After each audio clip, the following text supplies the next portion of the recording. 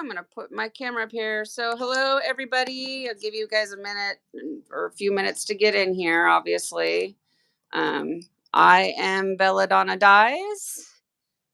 And who do we have with us today? Rad Dyes is here. Color Slide Tie-Dye is here. Are we gonna? Can you guys hear me? Yes. Yeah, absolutely. Okay. Well, feel free to speak up when I'm talking to you. I'm the new guy in town. I'm going to be quiet for a minute, but I'll get in the groove. All right. So I'm gonna give myself a thumbs up, and I'm gonna go to my messages, and I'm gonna add all messages. That way, I can try to keep up with the chat room if we get anybody. Vanda's here. Hey, girl, how you doing? Amanda, yes, thank you, Amanda. I actually remembered to plug in today. Hi, Rebecca. Jody's here. Hello, hello. All right. So,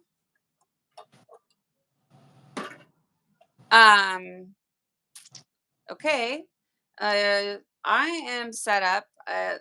Actually, no, I'm not. Hold on. That's a lie. I just want to make sure that I can see everything. So, the shirt that is on the right is what we are going to be learning how to do today. So, I've never done one. And so I'm just going to be participating in this live stream, and I am going to allow Color Slide Tie-Dye Company to teach us how to do it. This is his custom masterpiece here. And so I'm excited to learn this new fold, and I hope you guys are too. So I'm going to be quiet now, and I'm going to let, you know, you guys are there. I need you. Somebody needs to say something. I guess I have to jump in the well, I mean, Scott Walker can also, being that he also is like the co-host, could maybe say something or not. I don't know. Scott Walker from Rad Dyes. It's nice to see you guys. I was getting YouTube ready on iPad. I forgot how to get to live chat and then all chat. That's what I was doing. Yeah. So up at the top where it has like I don't know what it looks like on yours, but it kind of looks like an equalizer. Click on that, and you can do top chat, all chat. Everybody set your stuff to all chat. That way it stays current, like a scrolling, chat as we go along. So, okay. So like I said, I'm a willing participant in this, and I'm going to defer to what y'all got going on. So, I mean, Scott Walker, why don't you explain what you have going on at your house right now? Scott Tiedye from Color Slide. He's in Belladonna group. He's in other groups, I'm sure. He came up from Tennessee. We don't really care about the other groups. It's all about Belladonna. Right. And he came up for the weekend so we could work together and just learn some things from each other, collaborate, Awesome. So we might as well. I'm super excited. Things together. Let's all collaborate together. Yeah.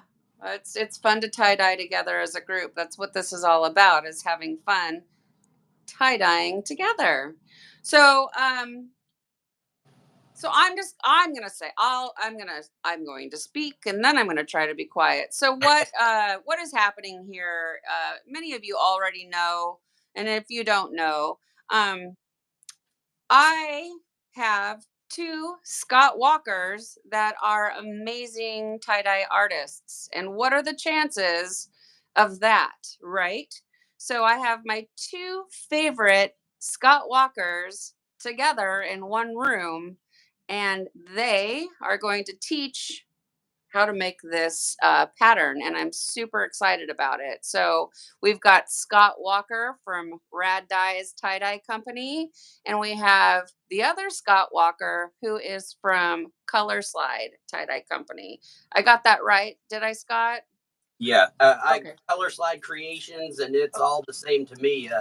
I I really looked up to Scott for a very long time, followed his work, and I won't lie, I maybe copied it here or there, and tried to model my work after his, and then kind of split off in my own direction, and as we all do. Yeah, it's hard to be, whenever you're brand new, it's hard to be original and be doing everything original. You know what I mean? Unless you just do the same We thing. are all inspired by Each other.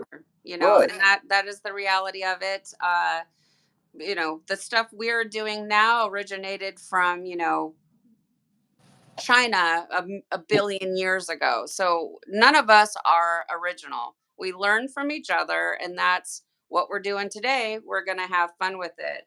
So, Scott T. Dyer, which means Scott Tie Dyer, right? Because we have the two Scotts. We had to figure out a way so that I could keep them separate, and so everybody else could keep them separate. So we all know and love Scott Walker, right? Tried and true. We know his work when we see it. And we also see Scott T. Dyer and love his work. And again, he's here today to show us this pattern, and I'm really excited to do it. So I'm going to now step back, and I'm really relying on the two of you to do this, live stream. You got me? sure. I'm one that likes questions. So if I am going at a pace, or why did you do that? How did you do that? Whatnot? Please, Steph, but feel free, stop, and I'll try and explain myself better. This example is literally the very first time I ever did it. It was an experiment, so I wouldn't say this is the most polished, perfect version, but it laid the groundwork for everything going forward. And so instead of showing one of the perfect polished ones, I decided, well, it was the only one I had in my suitcase. But besides that, it really serves as a good example because, we were kind of chatting a little before the live came on.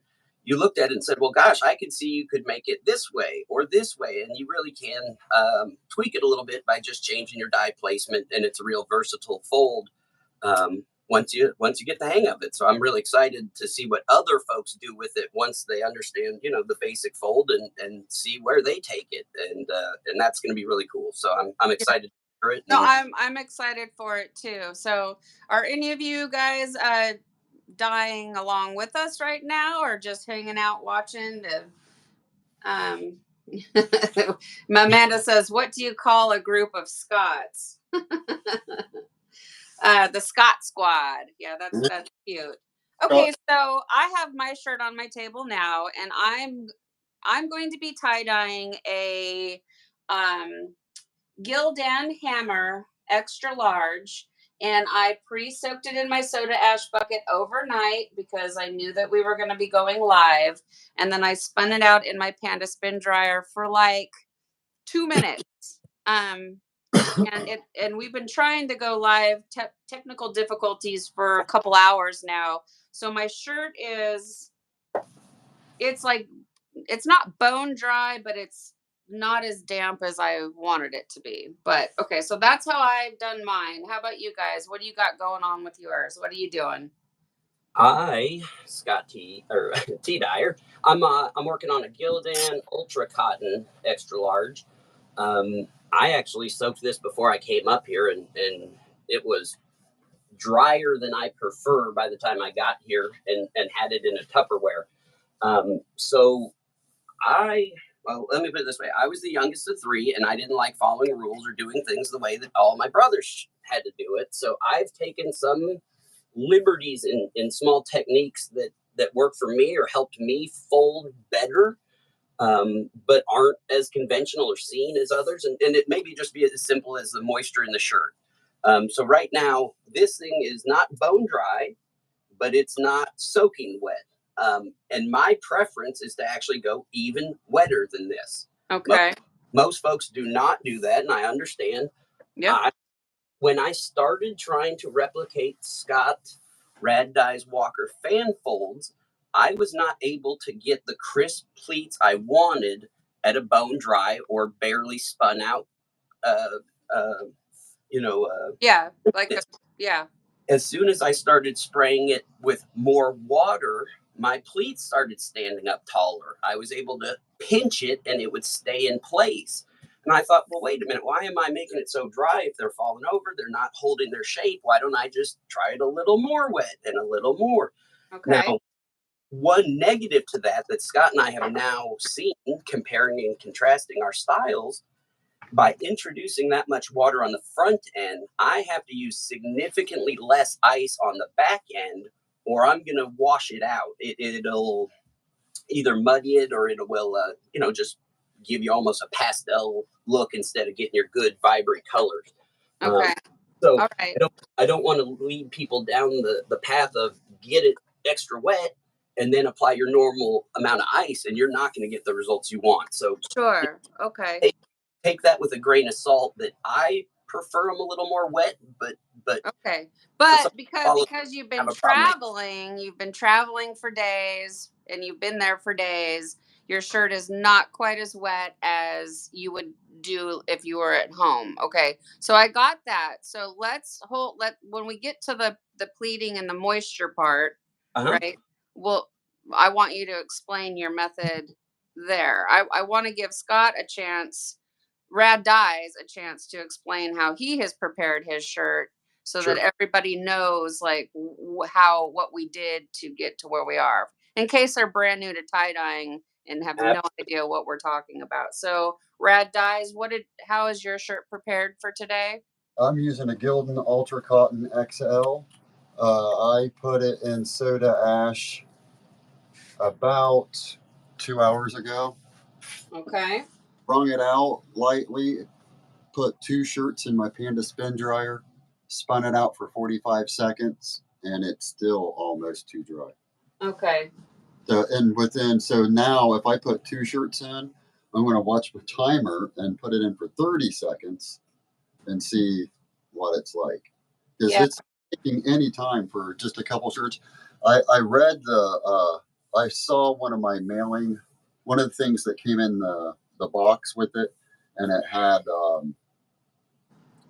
uh, Instructions? had instructions. I don't know. I forget. I lost my train of thought. Oh, okay. I would just something you were talking about your Panda spin dryer. But okay, so you spun yours out quickly. You didn't let it go the whole thing. I remember Panda says you should fill it. Oh, It's, you like have yeah. it's best to fill it. Yeah, It, okay, so I don't do that though. Like if I I only want to make one shirt, I only spin one shirt, you know? Right. It says you can spin out just a little bit, but they recommend a full. Yeah. So I only So put. how many of you guys out there have the Panda spin dryer? Because if you don't have it, you don't probably understand what we're talking about. It's amazing. Color Slide, do you have the Panda? I actually, before I even knew what a Panda spin dryer was, went out and bought one of those portable washer. Honestly, it's a plastic washer and spin dryer made for RVs and apartments and things. Yeah. So I can actually spin out my shirt on the spin side and do it at any for any duration and leave them as wet or dry as I want. And since it drains out a hose, I just spin it out back into my soda ash bucket. Yeah. So you have a Panda. It's just a different Yep. method. So, the whole thing, you guys, with having a Panda or, some type of spinner device is being able to recycle and reuse your soda ash back into your bucket. So like that's the most important thing. So, and thank you, Amanda. Yes, I'm loving the hair, but this will be the last time I'm going blue for a very long time. Was it? Somebody is following along with us. Who was it? Oh, I missed that. Let's see. It's Amber. Oh, okay. So Amber, going with you, just happened to have a shirt ready. Awesome. Okay. Cool. All right. So, Do you want to tell Amber what tools that you're going to be using, like your well, wait a rollers? minute. Hold on. Did she ask what tools we're using, or she? No, I'm just letting her know. Okay. Yeah. So, go. Yeah. Go. Let her know what he's going to be using. No. That's fine. I'm trying to catch up on reading the comments because I'm over here and I'm not over there. I'm trying to ask what supplies we needed. So okay. So yeah. So color slide. Why don't you tell everybody what they need to grab if they're going to be going along with us here? Absolutely. Let me sneak over here behind Scott and grab a few things. Drop them. All right. So I did not finish watching. Amanda, you're also doing it. Okay, cool. Okay. Yeah, I didn't actually follow along on your glitch live video episode. Gosh, what was it, 9 or 10 or whatnot back then? I actually chimed in the comments that it was way above me, and I just didn't want to deal with glitches. And now I forgot we did a live with the glitch. That's right, we did. And yeah. I ducked out. I said I'd only done one, and y'all have fun. I wasn't going to die along. But since then, I've learned with rulers and some things that, it might click.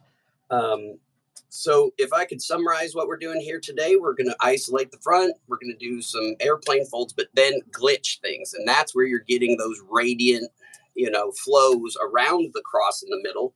But what you need to do that, whichever size you prefer, I use yardsticks. This specific one's about 1.5 inches thick. I have thinner ones that are 1 inch. I actually have really thin ones that are 3/4 of an inch. But to start, I like the big ones. So if you have the luxury of having 2 rulers, whichever size, I'll just use one. Yep. That way, if somebody only has one, you can follow what I do. Okay. Absolutely. It's not. Do you want to just real quick, just quickly toss the shirt back up again, just for, people that are just now arriving, so they can get an idea in their head of what we're doing. Just real quick, toss it up there, so they can see, because a lot of people didn't join right away, and then so this is his method, and I'm going to do my very best to follow along and do his method. Okay, what is that stick thingy? Is that the rifle cleaner? So that's what I was gonna say. I know Scott Rad Dies has rifle cleaning rods. This is an aluminum arrow, like a kid's bow and arrow set. You could go to Walmart and buy one of their. I think they have carbon ones and aluminum ones, and just shave off the little the fletching on the end. They're a little more rigid, but they bend, and for whatever reason, that's what I use to reach up in it and work out my kinks when I'm centering it or when I have something, not falling in line. So it serves the same purpose. It's just a different piece of metal. Yeah, I mean, we all have go gadget tools. I mean, we're McDivers, right? The question was asked: Is this going to be hard to do? And I don't know. Jack, I've never made one before. So if you stay in here and watch, we're about to find out if it's hard to do or not. My guess is probably not, but I might struggle. Who knows? We'll all together, and I don't want to say, oh, it's easy, but I guess my inspiration, for lack of better terms, is trying to take 2 traditional folds that are already out there that everybody knows how to do and combine them in a way that's new. Was what I was trying to do. At the time, the glitch was extremely popular. I was looking at mandala folds and airplane folds, and I thought, well, I don't know. I've never seen anybody kind of glitch or combine the two. And I'm not going to say it hasn't been done. I just have never seen it. And that's where this was the very, very first shirt I ever tried doing it on. And again, it's not the most polished, perfect example, but it was the eye-opening, holy cow, I can do. I think it looks pretty good to me. So I'm ready to get started if you guys are ready to get started. Yep. So if you got a couple rulers, a stick to work out any kinks when you're centering it, I prefer sinew. This is actually some really thick stuff. I think Scott's going to use some thinner stuff. That is not, going to drastically affect the outcome. So if you have string or something else, by all means. And that's it. Our trusty magic markers. We always got to have a marker. Yeah. That's it. A couple rulers if you have them, a stick, something to tie with, and a magic marker. Yep. I mean, sounds good to me. And quite honestly, you could probably use rubber bands if that's all you have. It's just going to have a little bit of a different outcome, just, Absolutely. you use what you have. It's tie dye. There's no right. There's no wrong. It's all for fun. And so, okay. So I'm going to now, and remember, we've got that 30-second delay ish. And so, what is the first step? And I've heard that you have a unique way of centering your shirt. So I'm excited to see how you center yours and see if it's, a new method that could help me do it easier and faster. Boy, you're setting me up for all this stuff. No, Okay. well, I'm just saying, Enjoy this. I mean, we could all already be doing it that way. I have no idea, but I've never watched you center a shirt. So Absolutely. I'm ready to watch you do it and learn something if I can. All right. Well, I like everybody just throw them out and try and, work out your wrinkles as best you can. And this is where I go off track real quick. Now, I'm not seeing any chat. Please tell me are you guys still there? Somebody say something so that I know that this is still like in the chat room, you guys. Like I don't like there's no commentary, but maybe nobody's saying anything. Okay, so go. I Yeah. didn't. So here we go. I'm ready to watch. All right, no problem. So as I mentioned earlier, this shirt is not as wet, I guess, as I typically like. So I'm going to go in instead of just a hand sprayer. I've stepped up to a little bigger pump spray to get it wet to the point where most people would say, "Why are you folding a somewhat wet shirt?" It is not just damp to the touch; it's borderline wet. Okay. And as I said, I'm just going to flatten it out like you would when you're centering any shirt for any fold. And that's where I'm one that picks it up and does the shake. I've heard you talk about it in the live before. This is my how do I say step-by-step process, and whether it's different or not, heck, I don't know. I've always learned pretty much all this stuff on my own with just a few tips and tricks and whatnot from Scott and a handful of folks. So whether it's right or not, it's just my way. But notice how he doesn't mention me. Like I'm just chopping over here.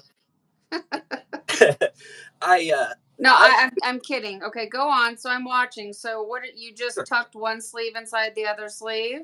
Absolutely. We just went sleeve inside a sleeve.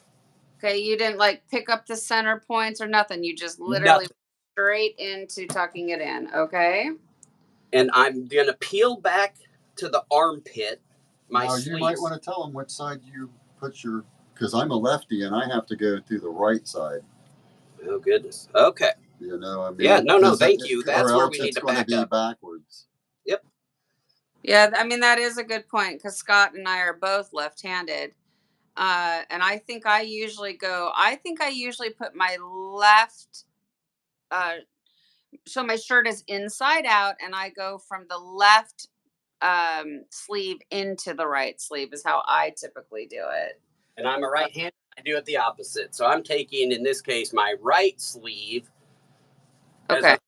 Going it to the left. Okay. So I'm going to try to do that right now. I'm trying as well to do the same thing. I'm going, okay, right sleeve into left sleeve and lining up the seams along just lining up the seams, right? The right side and grab the left side. If it's flipped inside out, I went through the right side and grabbed the left side. So I don't grab. Do you? I don't grab. I just now I need to do it again because what you just said makes me wonder, how do I center a shirt? Hold on, let me see what do I do?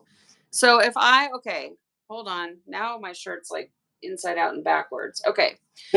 Okay. So if my shirt is inside out, it's laying flat on the table, and I take my whole arm, stick it into my right sleeve, then I grab the left sleeve, I grab it and pull it to the right. Is that what you just Yes, did? that's what I did being a left-handed. Scott, Okay. what did you do being a right-handed person? So the way I position it, if you will, I'm of course. Yeah, I need to see that again. I've got no, absolutely. Thank you. And that's what I mean. Slow me down if I go too fast. No, you're not going too fast. It's just like I need to like so do it one more time, please. Absolutely. And I picked it up out of frame too, so I sure didn't help there. I've got my shirt inside out, tag down in the back. I'm a righty, so Okay. I'm going to my right sleeve and go into my left sleeve. Okay. So now I've got that delay. What I can see now is your shirt is flat and then it'll catch up. So, okay. Are you wearing gloves? I am. Okay. I wasn't sure what I was seeing there. Okay. All right. Now, so you go in through your right sleeve. Okay. I can see it now. Whatever's happening, I can see. And it did not look like you pulled it through. You just tucked it in. Nope, but it is actually all the way through. No, I know, but you know what I mean? Like Yeah. you didn't go in, reach and pull through like how we normally do it. Okay. Now, what's the next step? Because I want to see like is it any different looking now that you just did that? All right, so now I'm going to reach down in those. I'm going to pull them apart, meaning the two sleeves that are now inside each other, and I want to isolate the seam of the armpit. In this case, it's my two middle fingers. So weird. Okay. I mean, it's not so weird. It's just so different because okay, so you're down in there and you've pulled apart your sleeves at the underarm seam. Okay. And Okay. I'm trying to match up where the seams come together of your armpit, of the sleeve. Yeah, okay. All And I right. pinch it with two fingers and try and hold those two together. At that very point, I want those two seams to match. Yeah. Got Okay. that. Okay. Then I'm going to fold the sleeve back on itself, and I next want to pinch the front of that seam. So I've isolated the back, what would be in the armpit. Now I want to get the two together. Okay. Like way down deep in the armpit. Okay. Yeah, you start deep in the armpit with that. Okay. Got that. All You right. work your way out to what would be, I guess, the bottom of the sleeve on the outside. Okay. You make sure these two match up, and I'm kind of holding this in the background with my hand. So I'm holding pinched under here. I'm grabbing my sleeve here. And this is where you guys are doing it to kind of even up your sleeves. Yeah, right. Is that what we're doing right now? Is just evening up the sleeves? Right. But what I find is if you isolate that armpit seam, you isolate the front one. Now I go to the top. What you're going to find is sometimes these shirts, the sleeves aren't sewn into the rest of the shirt evenly. No, typically they're not perfect. No way. Right. So this helps you isolate the sleeve first, and you'll see how wonky it's sewn in or not before you've invested a ton of time trying to center something that will never center, and you just waste a lot of time. So I'm isolating the point here under the armpit. I isolate the bottom of the sleeve, and then I isolate the top. So I've got smoothed out sleeve. Let me pull this tight here. Once I have these two together, I'm the pick it up and kind of just, I forget what you called it, just flap it around to where it comes together. Okay. And then so the sleeves are all lined up and then but then the whole point is to center the shirt though, right? Meaning like the back of the shirt and the front of the shirt are together, right? Yes, it'll come together Okay. the second. I'm just putting a lot of emphasis. No, I just wanted to make sure that we're not, like, this is not some extra special part that's going to have anything to do with necessarily the pattern. It's this. This is just your centering process. Got it. Okay. Now, and then I'm curious, now, are your sleeves going to be on the right-hand side or the left? It looks like your sleeves are going to be on the left. Okay. So here's the thing. I'm going to recenter my shirt really quick because I have found, Scott and I can agree on this, that if our shirts are not in the same direction, it gets really confusing when trying to do a pattern, right? Scott, Dyes, would you agree? Yes. That's why I want to stand at the end of the table so that since he's a righty and most people are, they're going to be able to see him. And if you need, since you're a lefty and I'm a lefty, but see, you're a lefty, but still kind of fold. No, I'm so ambidextrous. I do things crazy. I do everything backwards. So, okay, I just want to make sure. So if we're going to be tying the shirt together as a team here, we want to have, I mean, it would be nice to show people right-handed and left-handed way, but since none of us have, well, you and I haven't done it before, I think it'd be easiest if we all have our sleeves facing the right. So it's just not so confusing, Sure. And then my guess is, and Color Slide, wouldn't you agree that it probably doesn't matter if your sleeves are to the left or to the right?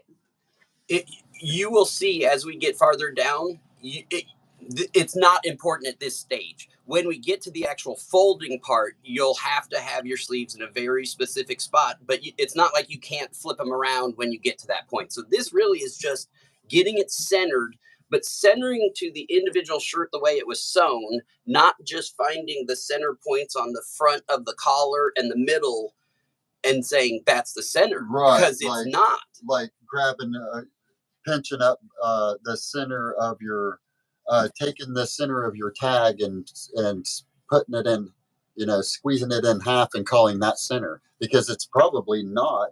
No, the tags are never perfectly sewn. So if you go by the tag, you're not going to be getting center.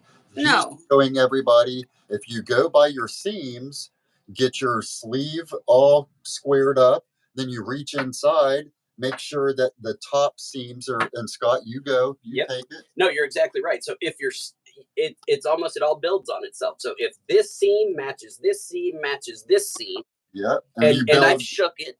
Go to the top. Now I'm going to go to the top one, reach in, and this is where I know if a shirt has been wonky or not, because what I'm trying to get is both the underneath and the top seam to sit on my finger. Yeah, the top seam that sits on your shoulder there. Yep, half the time they're offset by as much as a 1/4 inch, sometimes an 1/8 inch, and sometimes they sit dead on top of each other. If they actually sit on top of each other, your sleeves are symmetrical, the shoulders are symmetrical, and at that point you can center that shirt and go forward. If you can't get those 4 spots centered, you're not gonna have a fun time with this fold or any mandalas or any of those real airplane folds. And I hate to say it, but I'll start down this path, and if I have a shirt that has not been sewn correctly, it becomes a spiral shirt or a brunch or Tiedye. Yeah, it becomes a different shirt. It has to be sewn correctly. Or you're just setting yourself up for trouble down the road. So we isolated 1, 2, 3, 4 points of the sleeve. My last one, I'm going to come in here in the neck. And make sure they sit on top of each other. And make sure my neck seam hits. Because that's the reality, you guys. This is the foundation of your tie-dye. And, if it takes you 20 minutes to an hour to get it centered, well, so be it. If you get this part right, then the project is going to look good. I've always went by my tag, which is, really can set your stuff off. Off, even if it's just an 1/8 and you don't really notice, but someone might sometime, Sure. It also depends on the pattern. If you're doing like a chest piece, like you know, like some really ornate chest piece, then yeah, it needs to be as perfect as possible. But if you're doing like, I don't know, like a X pattern or a diamond pattern, you know, there's a little wiggle room.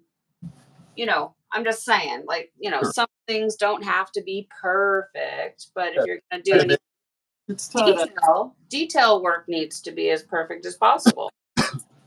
That's right. Well, I don't have to tell anybody that I am a more structured, uh, uh, non-free flowing pattern type dyer.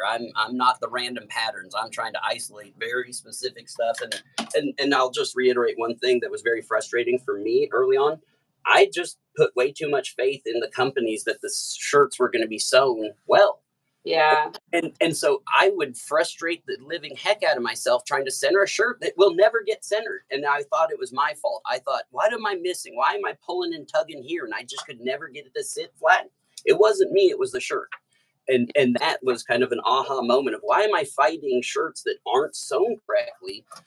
And that's how most of the shirts are. Most of them are.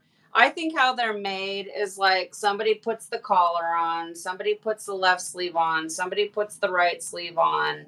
You know, they're not. You know what I mean? They're not made by just one person. They're in an assembly line, and so no two shirts are the same. The Gildan shirts are terrible, but they take the dye the best. Now these hammer shirts. They're much better than like the other Gildans, but even they have their flaws. But you're right. I mean, you can't. Some shirts are just ridiculous, and sometimes like the sleeves are two different sizes, and Yep. you know, it is I've what played it with is. Hanes versions and gotten a little better, very similar cut to a Ultra Cotton, but it's a Hanes authentic. I've gotten a little more consistency out of them. I find that all the companies have their good days and their bad days, Sure. but to jump, I flipped it around on you guys only because when we start folding, we're still centered, but I'm gonna peel this thing open, and I Okay. want the front of the shirt at my stomach or facing me, and that would then make the back of the shirt that way. You Okay. want the sleeve facing the back. So I know I just separated this real quick, so I'll kind of put it back and show you. Okay. That's fine. I'm just we got that delay, so I've got Yep. mine twisted. Okay. All right. So you've peeled the top layer towards your stomach. Okay. All right. So the Okay. label's at the back. Um, my sleeve is facing towards the back. I've peeled this thing open and spread it completely open at the bottom. Oh, okay. I thought you were isolating it out to tie. No, you're still centering. Okay. Where it kind of transitions from centering to then. Well, I'm centered. I'm gonna wait for the next step. Then, when you're done centering, to just figure out which side I'm working on here. Okay. When the delay catches up, you'll see in a second. Yeah. So I've split it open. Okay. Let's see. Yeah. Did you flip the entire shirt over? Let's see. He kind of flips it, and then he makes it to where the tag's on the back, like Okay. So, well, my tag is on the back. My tag. okay. My back is on the back, you know, on my back is on the table, my top is on up in my face. And we're going to be doing the dyeing on the front. So we're isolating out The front from the your sleeves. You got like a triangle thing going on. Okay. Can you do it one more time? yeah. Sure. Yeah. All right. So I'll just say where we were just we're all centered. So I'm centered. Yep, we're all centered. And I'll wait for the delay to kind of come back. And the back is facing up. He has the back up. Because my tag is still on the table, you know. Let's see. Okay, now you're putting it back together for me. I can see that. Okay. Okay, so I'm basically back to what we called centered. The back of the shirt is up, Okay, so the back of the shirt is okay. I got it. The back of the shirt is up. The sleeve is now away from my stomach. Okay. Bingo. Exactly. Okay. All right. We've gone from center, and as soon as you fold this back, now we're isolating the front. Okay. So I picked. Well, I gotta wait to watch. It's okay. So now I'm seeing you. You're holding the tag, going up. Okay, and nothing's happening yet because of the delay. Okay, so so you pick the back up and fold it away from yourself. Yep, that's right. Okay. Okay, and you got that triangle point in the there you go. That triangle point is what you're wanting. With your sleeve facing your tag. Yeah, the sleeve is like everything is away from me. How far do you open it all the way up? Okay. Yeah, all the way flat. Yep. Okay, let me try that. Kind of house shaped on its side. Okay, I didn't open it all the way up the first time. Okay, so it's all the way open. Okay, and the sleeve is away from me, and I'm trying to make a triangle here, but it's not looking as good as yours. Okay, let's see here. I just realized I can see your screen over here on his iPad. So yeah, so you can kind of see what I'm doing, something like different. What I would do, Steph, is start at the end of the house and just make it square. Yeah, and work your way up to where you got to get your triangles. Yep, she's getting it. Yep. She's got the exact same thing you have. Okay, I think, obviously my shirt is the hammer tee and it's kind of thick, but I think that's pretty good. So right now, what I have next to my belly is the isolated out front of the shirt. Perfect.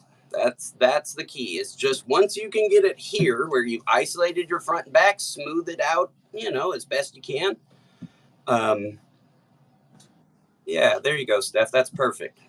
Okay.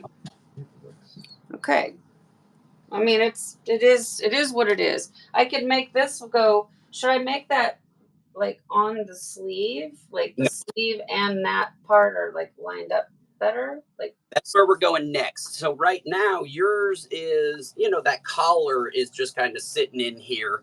But you'll notice if I grab the collar, the front of the collar, and I put my finger down here, I can manipulate it to where I want a 90-degree angle.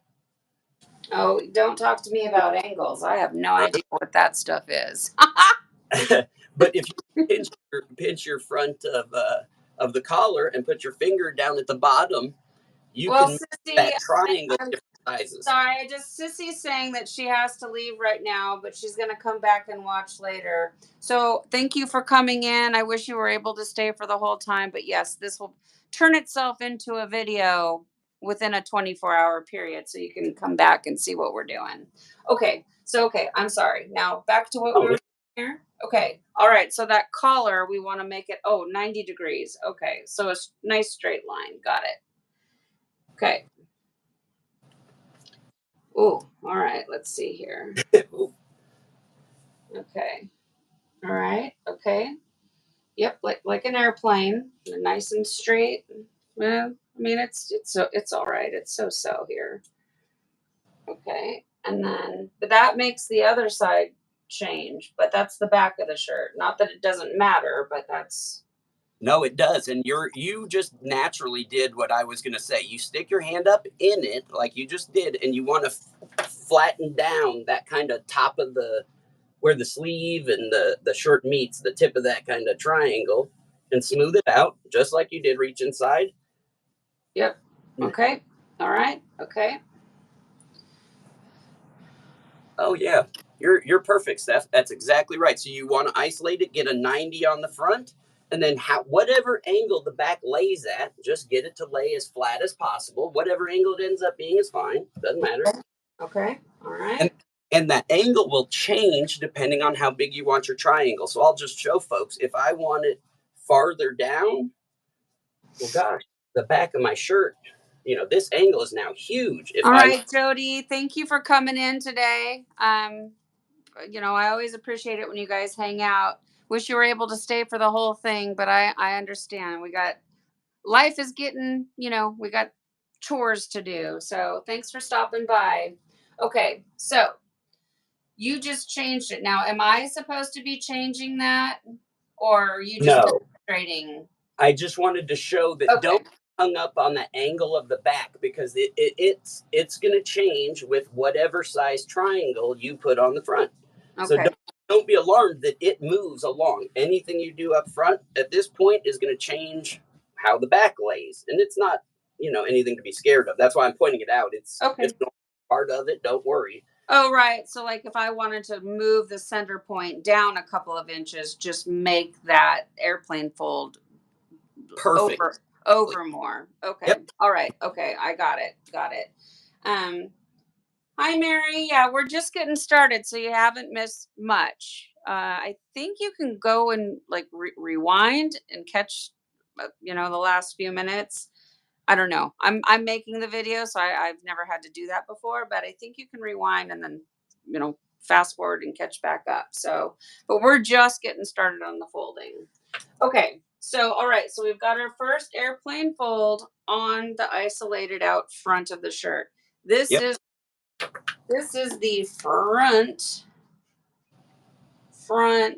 and this is the back. I'm just gonna write it here just to help keep it like, Sure. you know what I mean, like Yeah. front and back. Okay. And that is a great point, because it's very easy, if you've accidentally put your sleeve in the wrong way, you'll end up with the back in front of you and the front of the shirt at the back, and you'll end up putting a pretty design on the back of your shirt. Right. But he's done it. Exactly. I've done that before, so I Sure. giggle because like most of us have done that before. Yeah. That's how we learn. One of my best Okay. ones turned out like that. And I hate what's on the front, but love the back. So it happens. It happens. Okay. So this is about as hard as it gets right here. Truthfully, if you can isolate the front, get this 90, all we're going to do is come up with the other one on a 90, but Okay. leave me about a quarter of an inch gap, maybe a little less than a quarter of an inch gap between the two, and just straighten them out. Or Okay. So fold it. I'm waiting for that, the delay. Yep. Um, I hear what you're saying, but I can't visually see. I can assume what you're doing, but you know. All right. So we're gonna go bring the bottom up to that. So hold down the point, right? And you said keep a little bit of a gap. Yep. Okay. Which was counterintuitive to me. In my structured brain, I'm thinking no gaps, make it as tight as possible. But when we go down the way a little bit, that gap is going to help you. Okay. Your gap doesn't look as big on camera, is what you're saying. A I'm a quarter inch is quite a bit of a gap. But great, okay. great I'm mind. doing Like, it. I love to draw a line so you can see it better on camera. I've left well, I don't think it's a quarter inch, but it's the biggest gap I've ever left before. Yeah, I mean it's like what's less than a quarter? What's that? What's half of Eight a Quarter, quarter inch? eight. 3/16, and then an eighth, and then a 16th. All right. So I definitely have a gap though. And I'm assuming you want to try to work out any wrinkles that are in that airplane fold. You don't want to have them, right? I'm assuming you want a nice crisp line. Yep. Okay. On both corners too, or both, front and back. Try to get all your wrinkles off the top. The Oh back yeah, where the tag is. definitely. Keep the wrinkles away at all times. Okay. All right. So now I've got like a triangle. Okay. All right. Oh, I'm behind. Right? Yeah, go ahead and fold yours up to make. Oh yeah, no, we're all in this together. So let's see. Why would it make a difference which way you do the sleeve and the sleeve? Vonda, I think ultimately it absolutely does not matter. It does. You can just get your shirt centered. So if your sleeves are on the right or your sleeve is on the left, I don't think it's going to matter. As long You as it just have faces to pay attention to where the front of the shirt is versus the back of the shirt. I in my experience anyways, you have to you got to pay attention. And we're trying to do it the same just to keep it visually easy to follow. Okay. Amber says, crap, my grandkids just stopped in. Well, sit them down and have them learn how to make some tie-dye. It's all ages. Why not? Why not? The more the merrier. I'm glad I moved into the living room where there's air conditioning, because right now, I'm not stressed by any stretch, but just, like a new pattern, don't know what I'm doing. And if I would be out there and it's like 85, I'd be so unhappy. Okay. I'm going to get up here on my knees and just make sure that everything is still. I wish I had my step stool. I'm about to fall and break my neck. I've got a spinning stool here. I just want to make sure that my phone is plugged in, and yeah. Okay, we're still going here. Okay. Oh.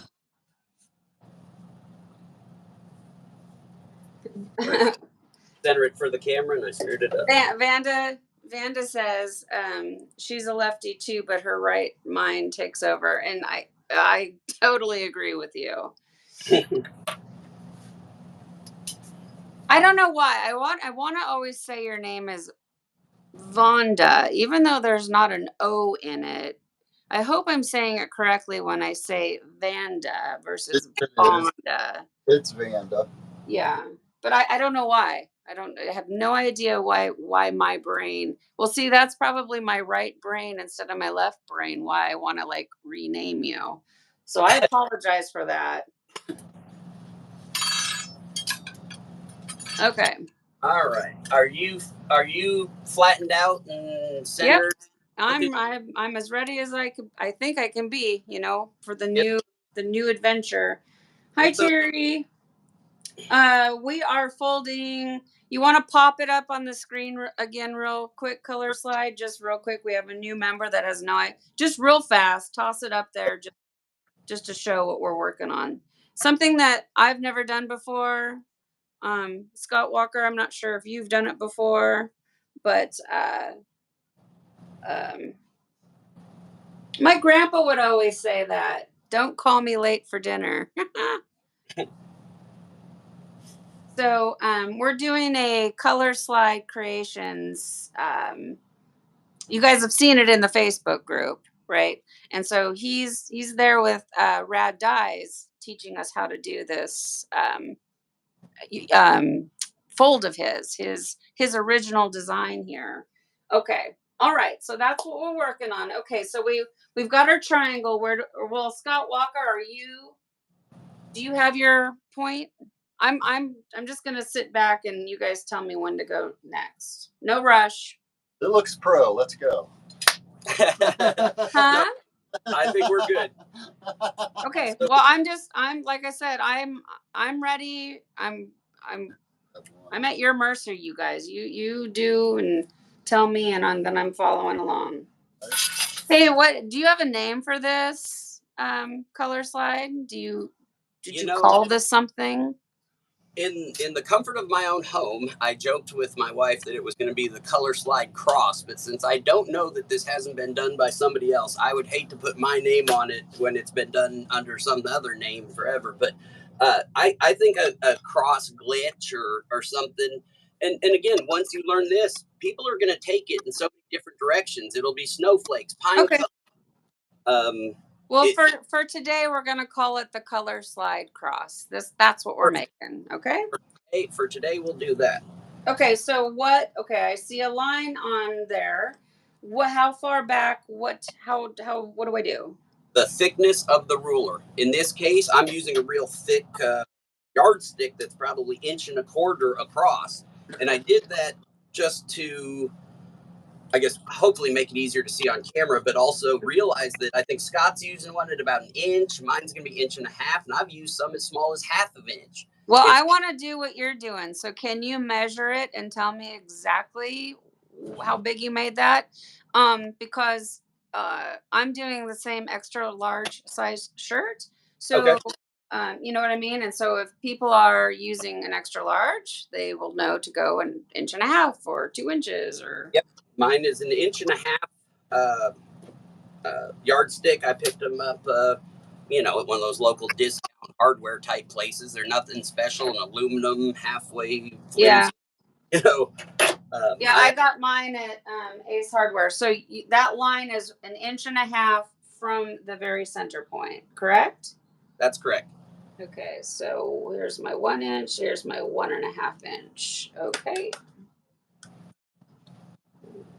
I try to do everything just the same way because this is how we learn. Okay. And that, you guys, if you're just tuning in, the pink line that he drew on was just visually so that I could see like where the gap was. You could draw the line on probably if you needed to, but you don't have to, I don't think. Okay. So I've got my inch and a half.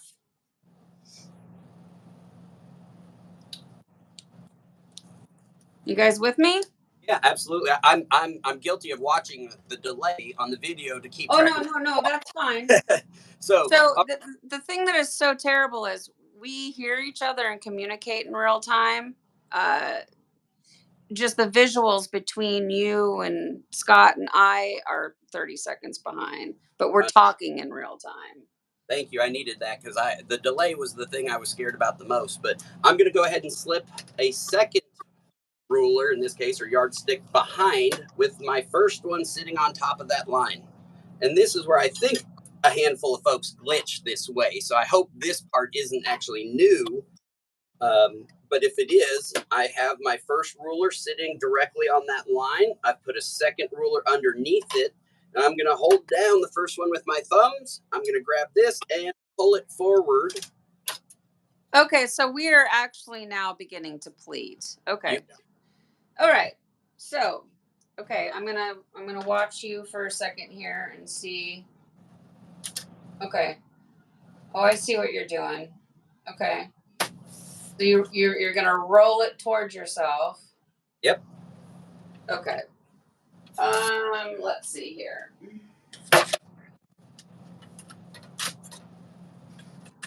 And then okay. And so you completely overlap that point. Now, and that's what's subject to creativity. Sometimes I leave that point sticking out a little. Sometimes I do them flush, and that's the minor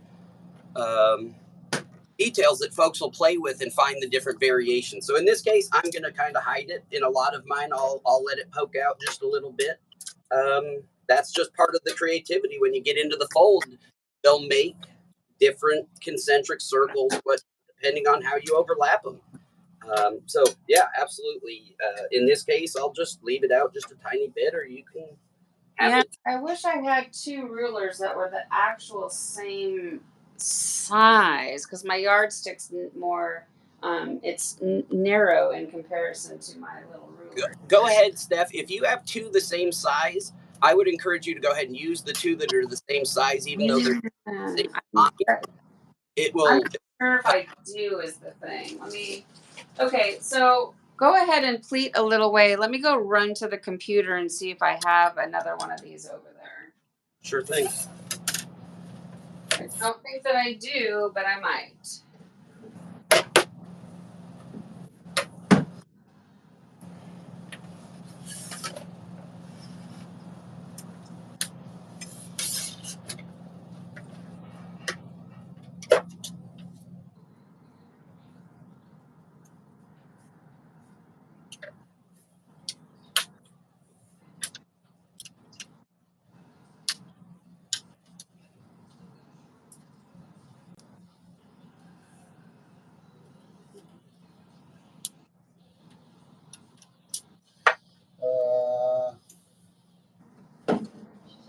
I only have one ruler. If you only have one ruler, you can still do it with like the old way we did glitches.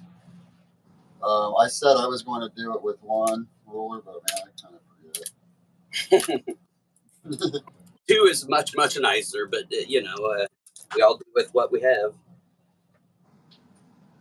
So just try to do a glitch as best as you can on this. One thing I'm going to point out, just as you're pleating these, it wants to do this on itself. And so you'll pleat it and then want to spread it back out again and keep your line in the middle running straight. So on this, which one do I want to pull out? The bottom one or the top one? You want to keep this here so that you can butt this one up against that. Right. Push down, pull this out. I did this backwards. And pull up. Yeah. All right. So I don't have 2 rulers, but that's okay. I will just do it without.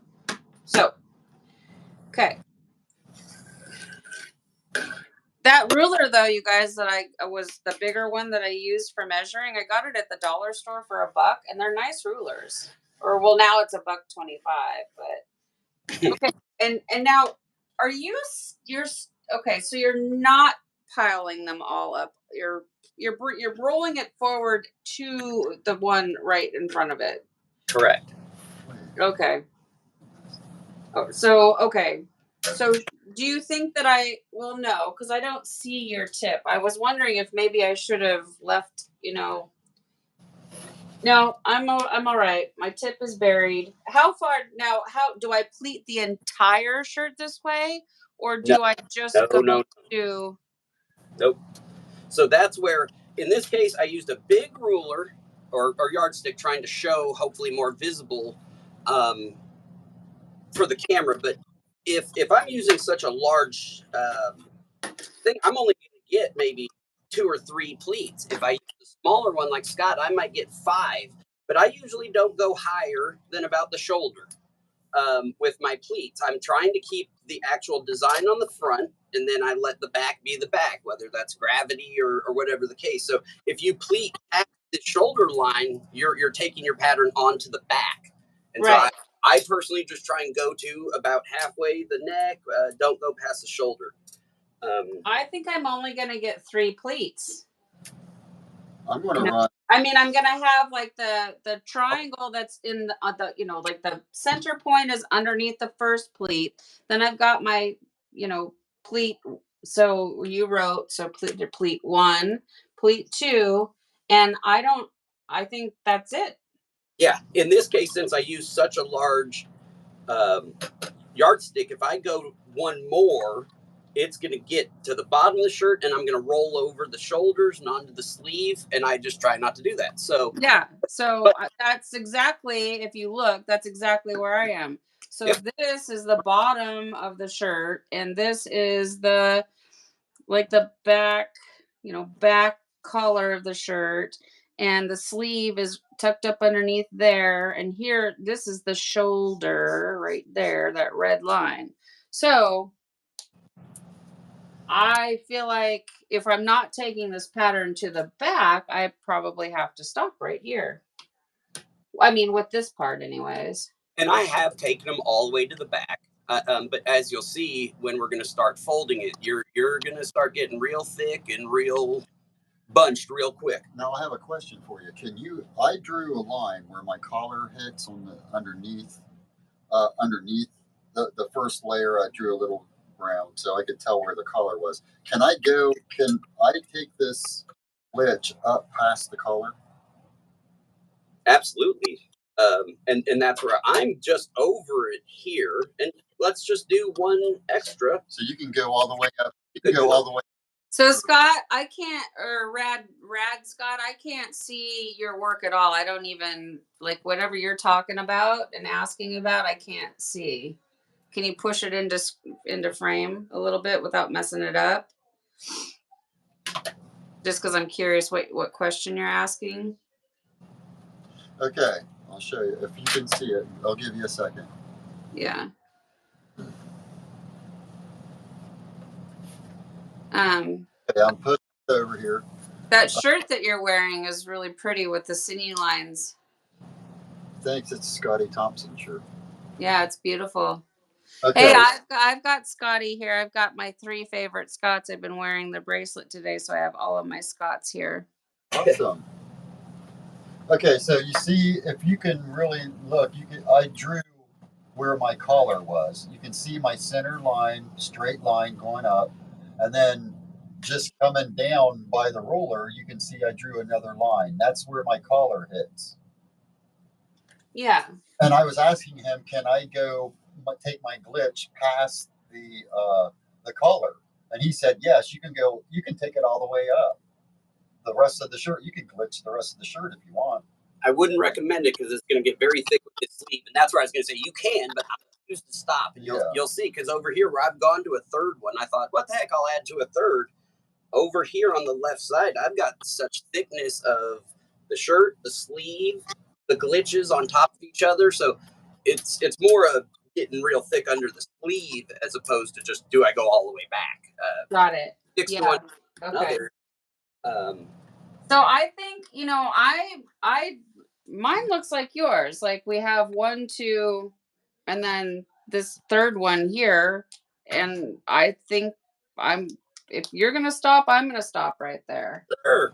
And you can do 1, 2, 3, 4. And again, if I'm using something as small as 3/4 of an inch that I went and bought at the hardware store, just rod, aluminum 3/4 of an inch rod, you might have 6 or 8 pleats, and they're going to be very small. But I like the bigger ones to get the bigger flow. I'm leaving room for white space and colors to move.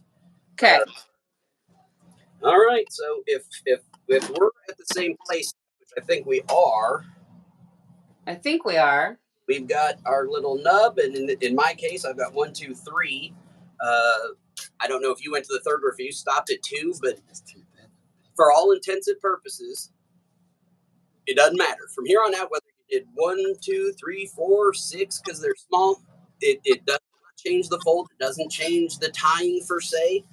So that's where I say this lends itself to a lot of variations and a lot of creative liberty. I feel like I have an idea of where it's going to come next, but I've never done it or seen it. So but I feel like I'm about to pick this whole thing up on that. That's why the gap is coming into play. Oh, you ruined yes, of course. And you mentioned earlier, you can put a line down it if you want. No, put a line, because as we start folding this up, that's going to be your line as you flip it and make sure you've kept it straight. Oh, so I should have a line on that? Okay. You don't have to, but it'll sure make I thought you just did that so I could see your gap. I didn't realize it was necessary. Uh-oh. Well, okay. Put the line in, you guys, before. Yeah, this has all got wonky, but I don't care. That's the back. Okay, so here's my line. Oops. Make a line. I didn't make it perfect. I don't care. It's good enough. Okay. Yes, it's good enough. I promise. So when we go to pick this up, do we want the tag down or do we want the tag up? You want the tag up. Okay. Okay, so I just need to look. Because this tail hanging out here on the bottom that I'm shaking here, you'll see in a minute, that's the back farthest, part of the shirt. So okay, color slide, you need to push up a little more towards the rad dye sticker, because now you're off camera a little bit too much. You can look and you can see. Okay, so pick it up, give it a pinch, and then you want the top, like the collar and the shoulders and all that at the top of the thigh. On top. You want the longest parts to hang on the bottom. Okay. All right. And naturally, these are going to want to move a little, and they're not going to be perfect. And you can kind of put your hand in there and even them up a little bit. It doesn't have to be perfect. It's just the general. And you'll see your front and back where you've pancaked them may not be perfectly in line. It's totally fine. Having the yardstick is a really helpful tool with tie dyeing. It just really is. Because it can get up. Okay, well, maybe it's supposed to look like that. Yep. Okay, yeah. Okay, so your bottom has like a weird angle too. Okay, I'm like, where'd the bottom of my shirt go? I did something kind of weird with the tip. I tucked it in there, but yours absolutely looks just like. Mine just did it on its own. Like, it's in there and I can't get it out, so I'm just gonna leave it right there. Yep. Okay. All right.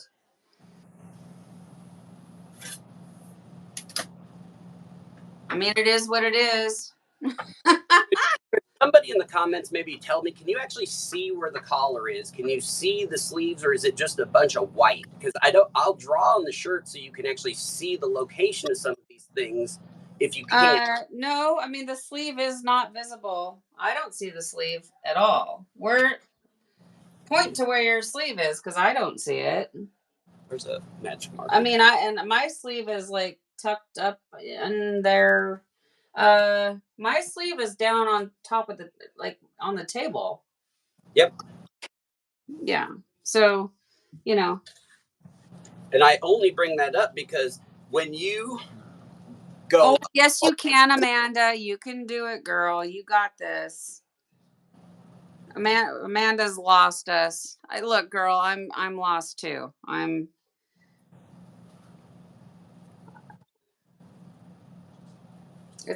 only pointed out where the sleeve was just because as I added that third row, it gets thick in here where you're adding. Oh yeah, okay. So that's my sleeve?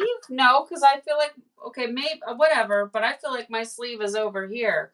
Hey, you know what? It's all for fun. This will be fun to open up and see if it looks anything like yours. Yep. Don't feel bad. I'm lost too. That doesn't feel like a sleeve at all, but maybe it is. Okay. Trying to peel it back. There's the full sleeve. I'm just scared if I try to go looking for the sleeve, I'm gonna undo. You know what I mean? Like I'm ready. Okay. Yours is covered up because of the size of the pleat difference. I use such big ones. You're not seeing things I'm seeing. That's perfectly fine.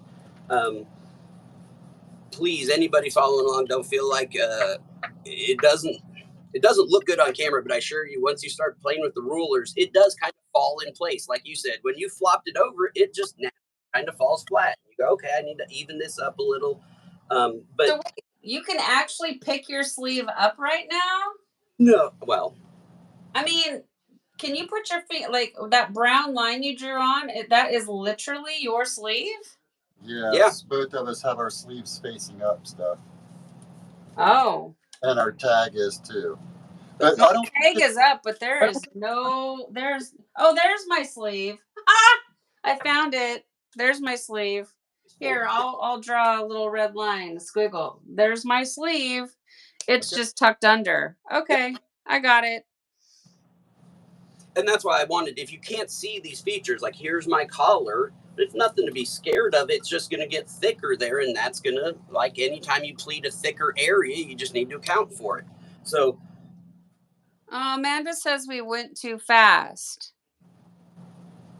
Well, Amanda, what part are you on? Like, where are you? Yeah, there. I know. There's the sleeve. It's just right there underneath this flap of fabric. I have no idea what happened. The glitch pleats.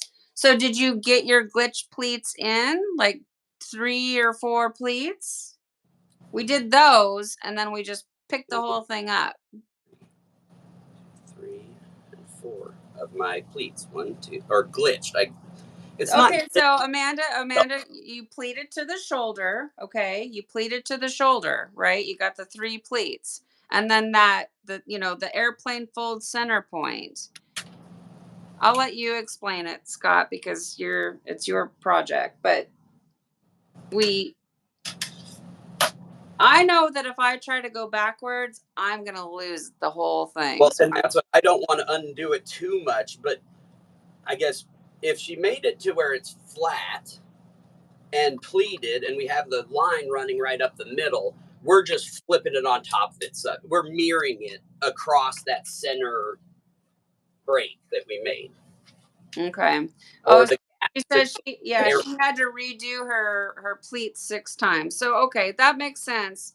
So once you get those pleats in, like you said, there's that center, the center of the airplane fold. Get your ruler up under there and just pick the whole thing up and fold it in half. Like a big giant airplane fold. Yep. I'm holding it up so now you can see that line and how it, you just fold it mirrored right over that line and it'll help you. to kind of make them even. But again, it's not going to be even. It's okay. As far as them being perfectly mirrored images front to back of the size of the pleats. Yeah, like, so from here, I have no idea where we're going. I had a suspicion about that center line thing, but now I'm like, huh. Now I'm wondering though, are we going to start going in a diagonal, doing some more? That's where I think we're going.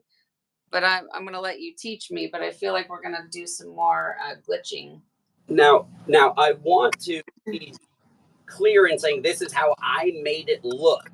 But I also want to add an asterisk at this point that once you've made it this far, how you decide to finish this back, you can do it 10 different ways. If you want to accordion fold it, great. The tag is up, okay, Amanda. So like your collar, the back part, the tag part is on top.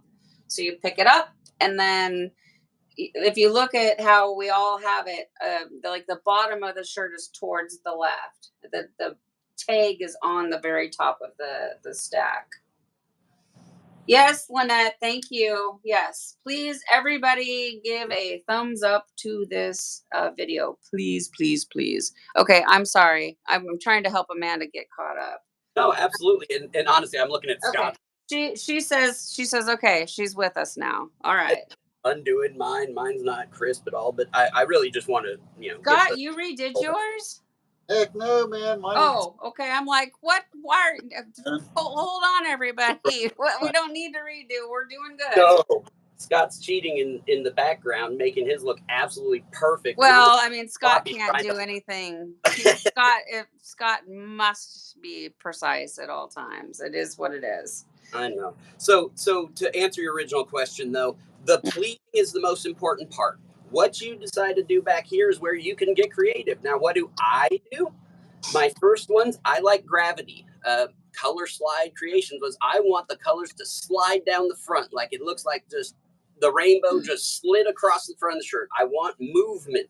So I like gravity. So in this case, I'm going to put my hand on those pleats and take this back and kind of just go like this. Okay. But so like I could scrunch this right now is what you're saying? Like I could just do a scrunch or watch the video here in a second, and I'm just going to basically kind of scrunch it in a second, but you'll see. Okay. Yeah, Amanda, I mean, if you look at my pleats, they're by no stretch perfect. God, my roots look terrible. Oh, I just got a glimpse of the back of my head. Yeah, I'm not feeling the blue, Amanda. It's not for me. Purple is where it's at. Okay. Oh, okay. So you just like twisted it. All right. Do that again. Can you undo it and do it one more time? Sure. I mean, not totally undo it, but you know what I'm saying. Just... No. And I'll because Scott just asked me, can I do it a little different? And the answer is yes. So I'll just show what I just did. Okay. Yeah. Pretty pleats. Yeah.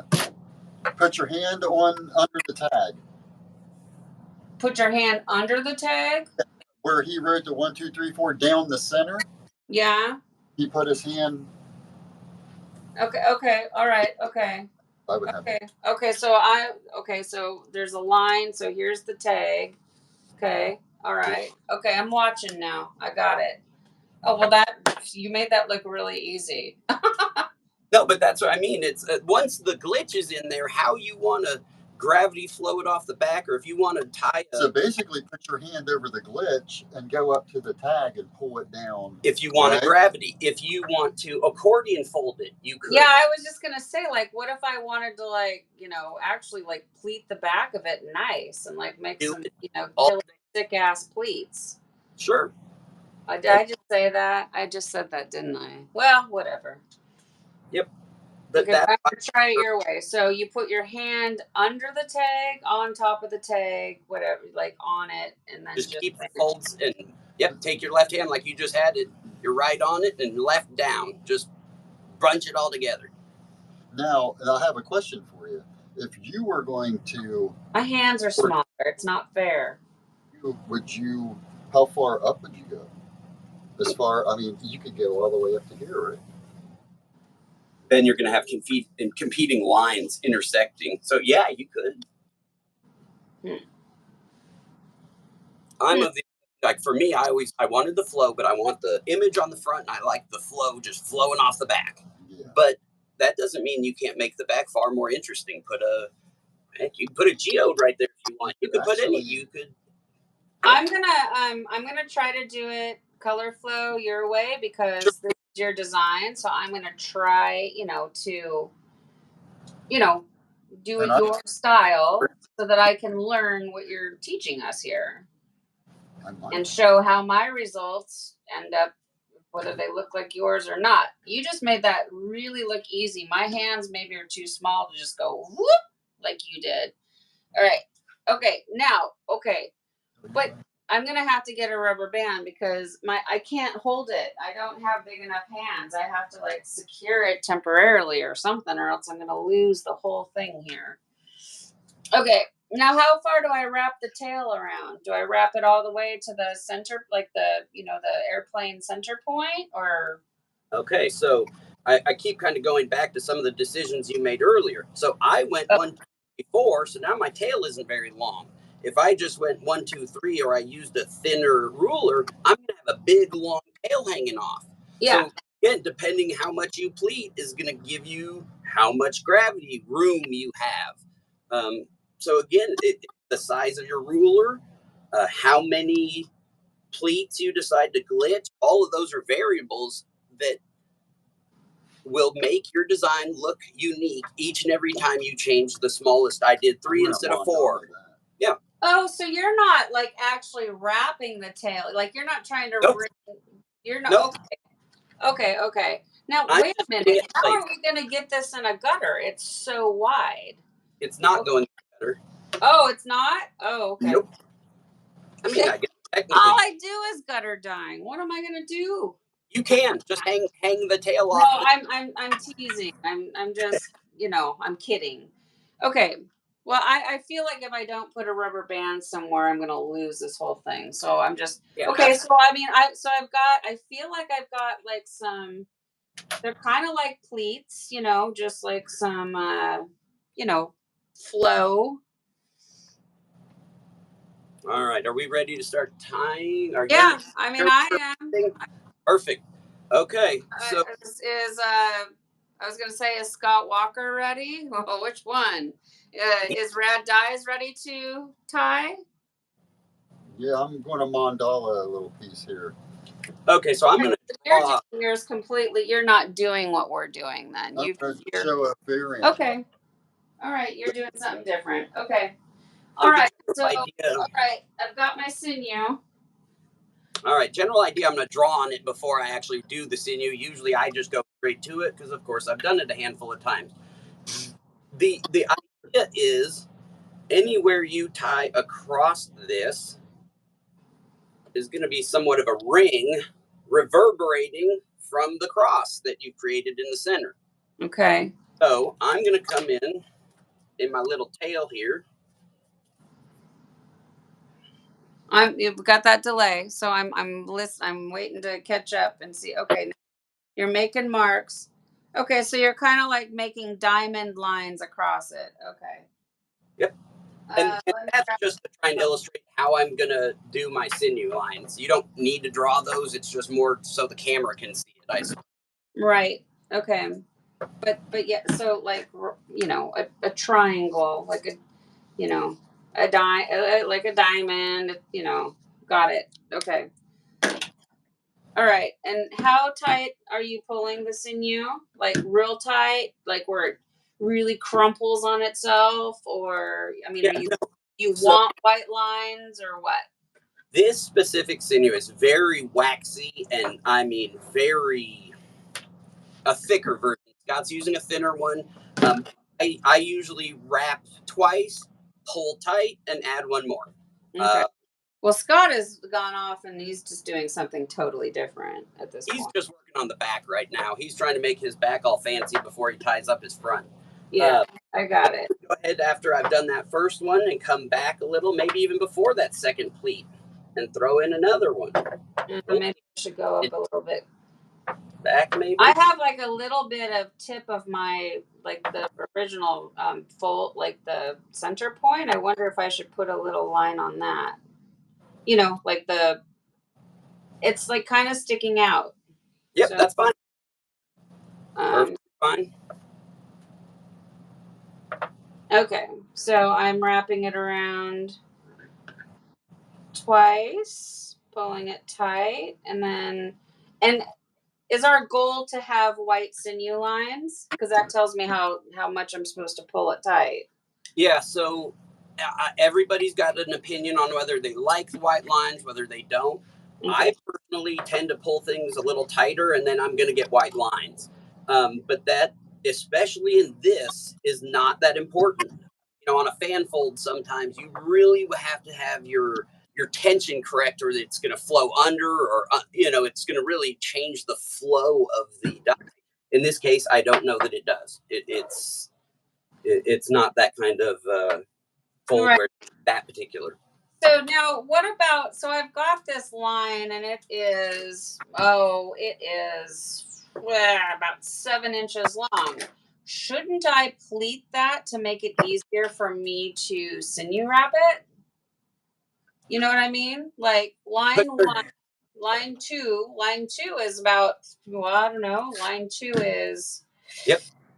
5 inches. If I sort of pleat that line, I'm not going to get a lot of pleats, but I'm going to get 2. It would make it easier to wrap. Do you do that, or do you keep it flat when you wrap it?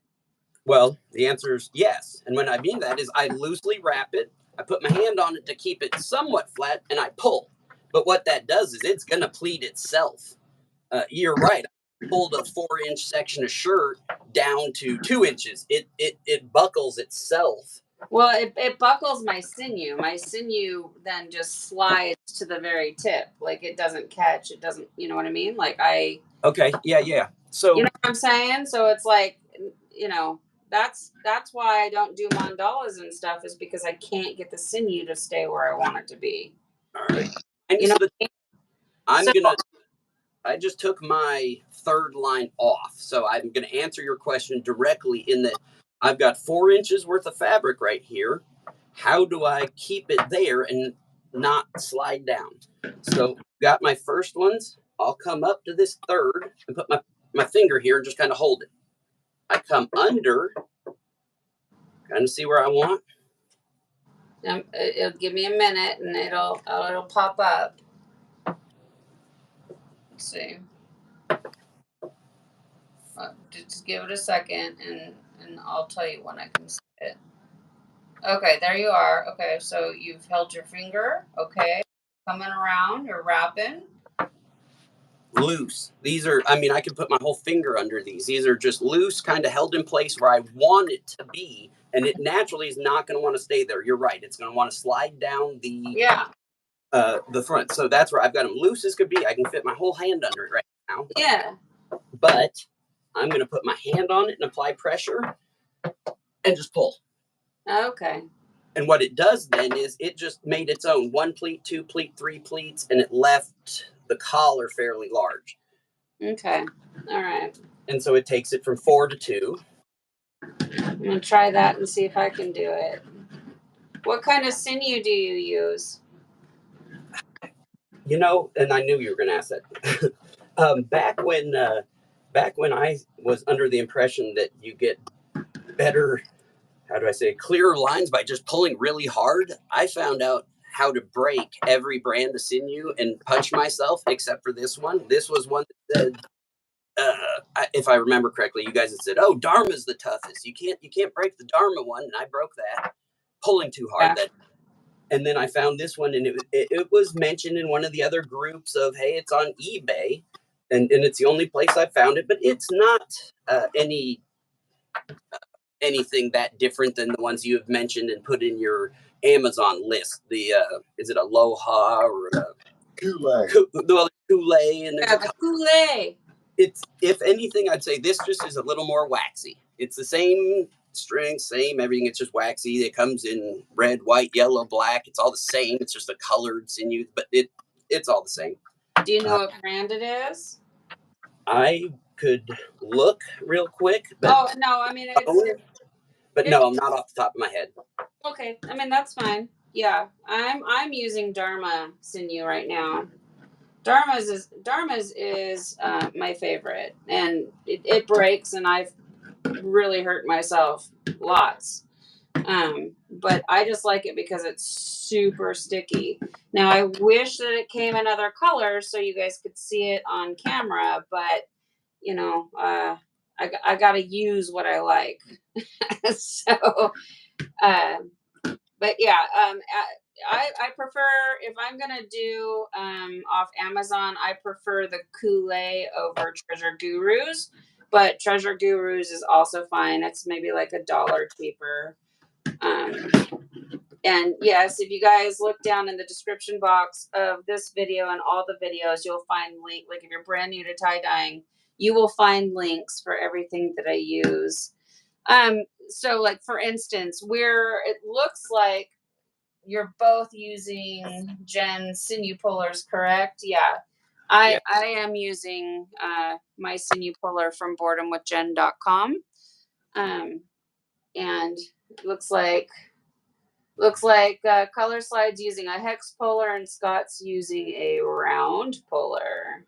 Yeah, I love my hex because my table at my house, the basement floor is not level, so my floor is not level. And if I have a round one, it rolls. I'll turn my back and it'll roll right off the floor. So the hex one is perfect. It stays when I walk away, and I love them. Yep, and that's exactly right. My sun porch, my actual dye room where I dye, it slopes away from the house because for obvious reasons. Sure. And so everything wants to roll to the floor. So the hex pullers are great for that. Now, how far do I go? So the sinew, I've got 1, 2, 3. Do I go to the tag, or do I stop before the tag?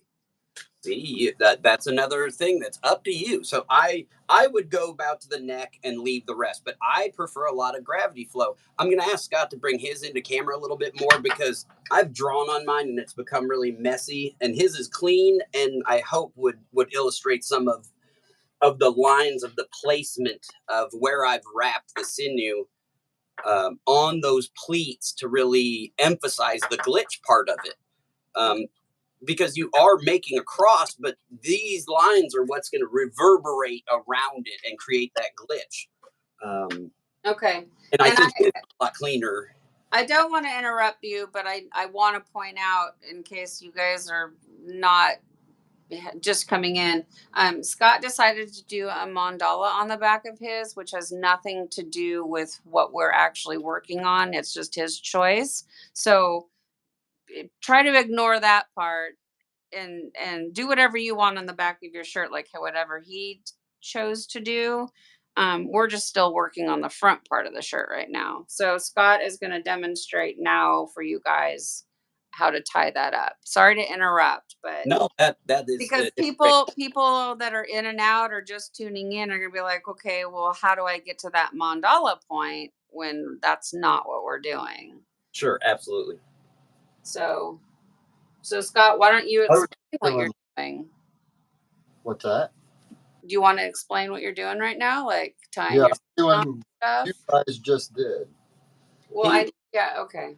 He's behind because he was playing with his mandala while we were tying our fronts. Right, I know. So that's why I'm saying he could actually like explain what he's doing. I went ahead and actually, let me see something here. Amanda, you have not done a glitch yet? Come on, girl. They're so much fun, and they're once you do 1, 2, and like the light bulb comes on, they're easy and they're fun and they're pretty. All right, so let me start over here. And maybe I shouldn't use the word glitch as much as, because you don't double back on it. You know, the glitch, you're going to pleat it, double pleat it. And I guess maybe that's a little.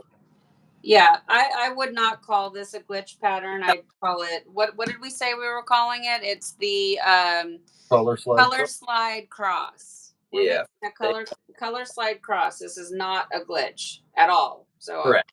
Let me clarify. We are not making a glitch, not even remotely. I mean, kind of, but no, we literally are not. It's really, I stole the ruler technique from the glitch to get my thin lines on airplane folds. That's the only thing that resembles a glitch. So yeah.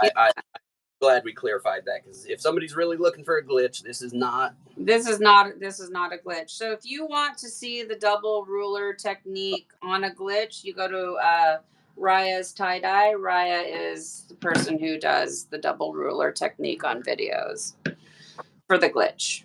But we are not making a glitch. Okay, so Scott, what are you doing? Okay, so I did my first line already.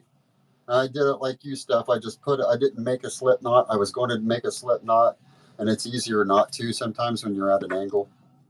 Yeah. So I just went ahead and tucked it underneath, wrapped it 3 times, gave it a little tug, and then wrapped it a time or 2 more, and then it stayed. Now I'm going to work my way up to my second line.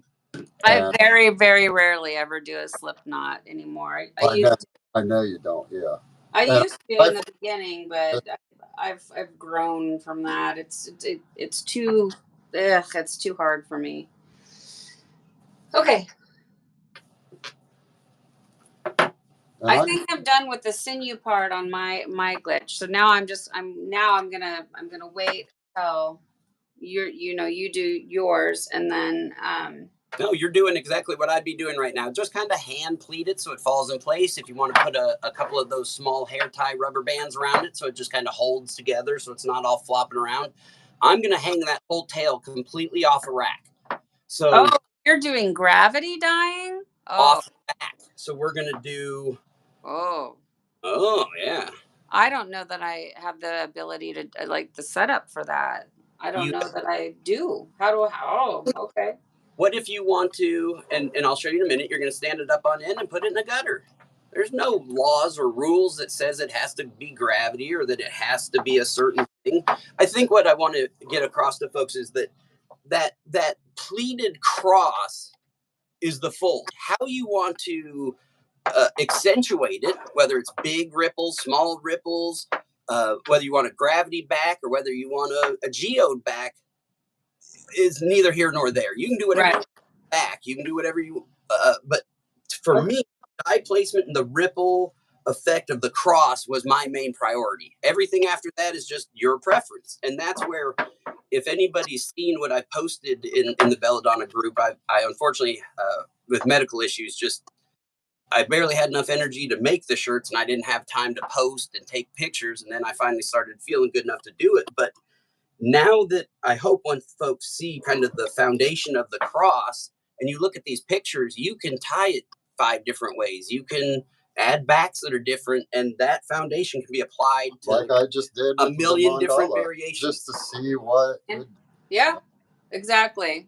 So the fact you can't hang it off is actually a problem that I hadn't anticipated until about 10 minutes before we went live. And I started grabbing totes and tubs and stuff. And I went, well, in my home studio, if you will, I have like a 55-gallon tote, a big black tote, the ones with the yellow lids. And I've taken a closet rack and put it on an incline above that. So I just have a rack on an incline, and I can hang a tail 1.5 feet long off that rack and just watch the gravity flow right down it.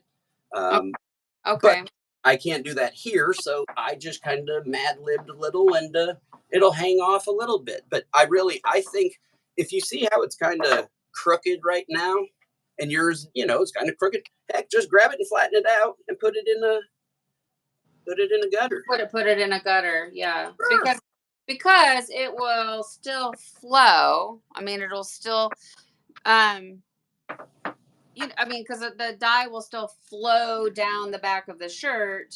But I see what you're saying. You're going to have like this part up on top and then just let the tail like just drip like how Angie, you guys, Fun Endeavors Tie-Dye Lab, how she makes all of those really cool gravity dyes and how she's got it over. I mean, I'm envisioning it. It's like on top of the rack, and then it just, I'm just not set up. I can't. There's no way that I can record it and also do it without potentially destroying the living room. So no. I think I'm going to have no other choice but to put it in the gutter.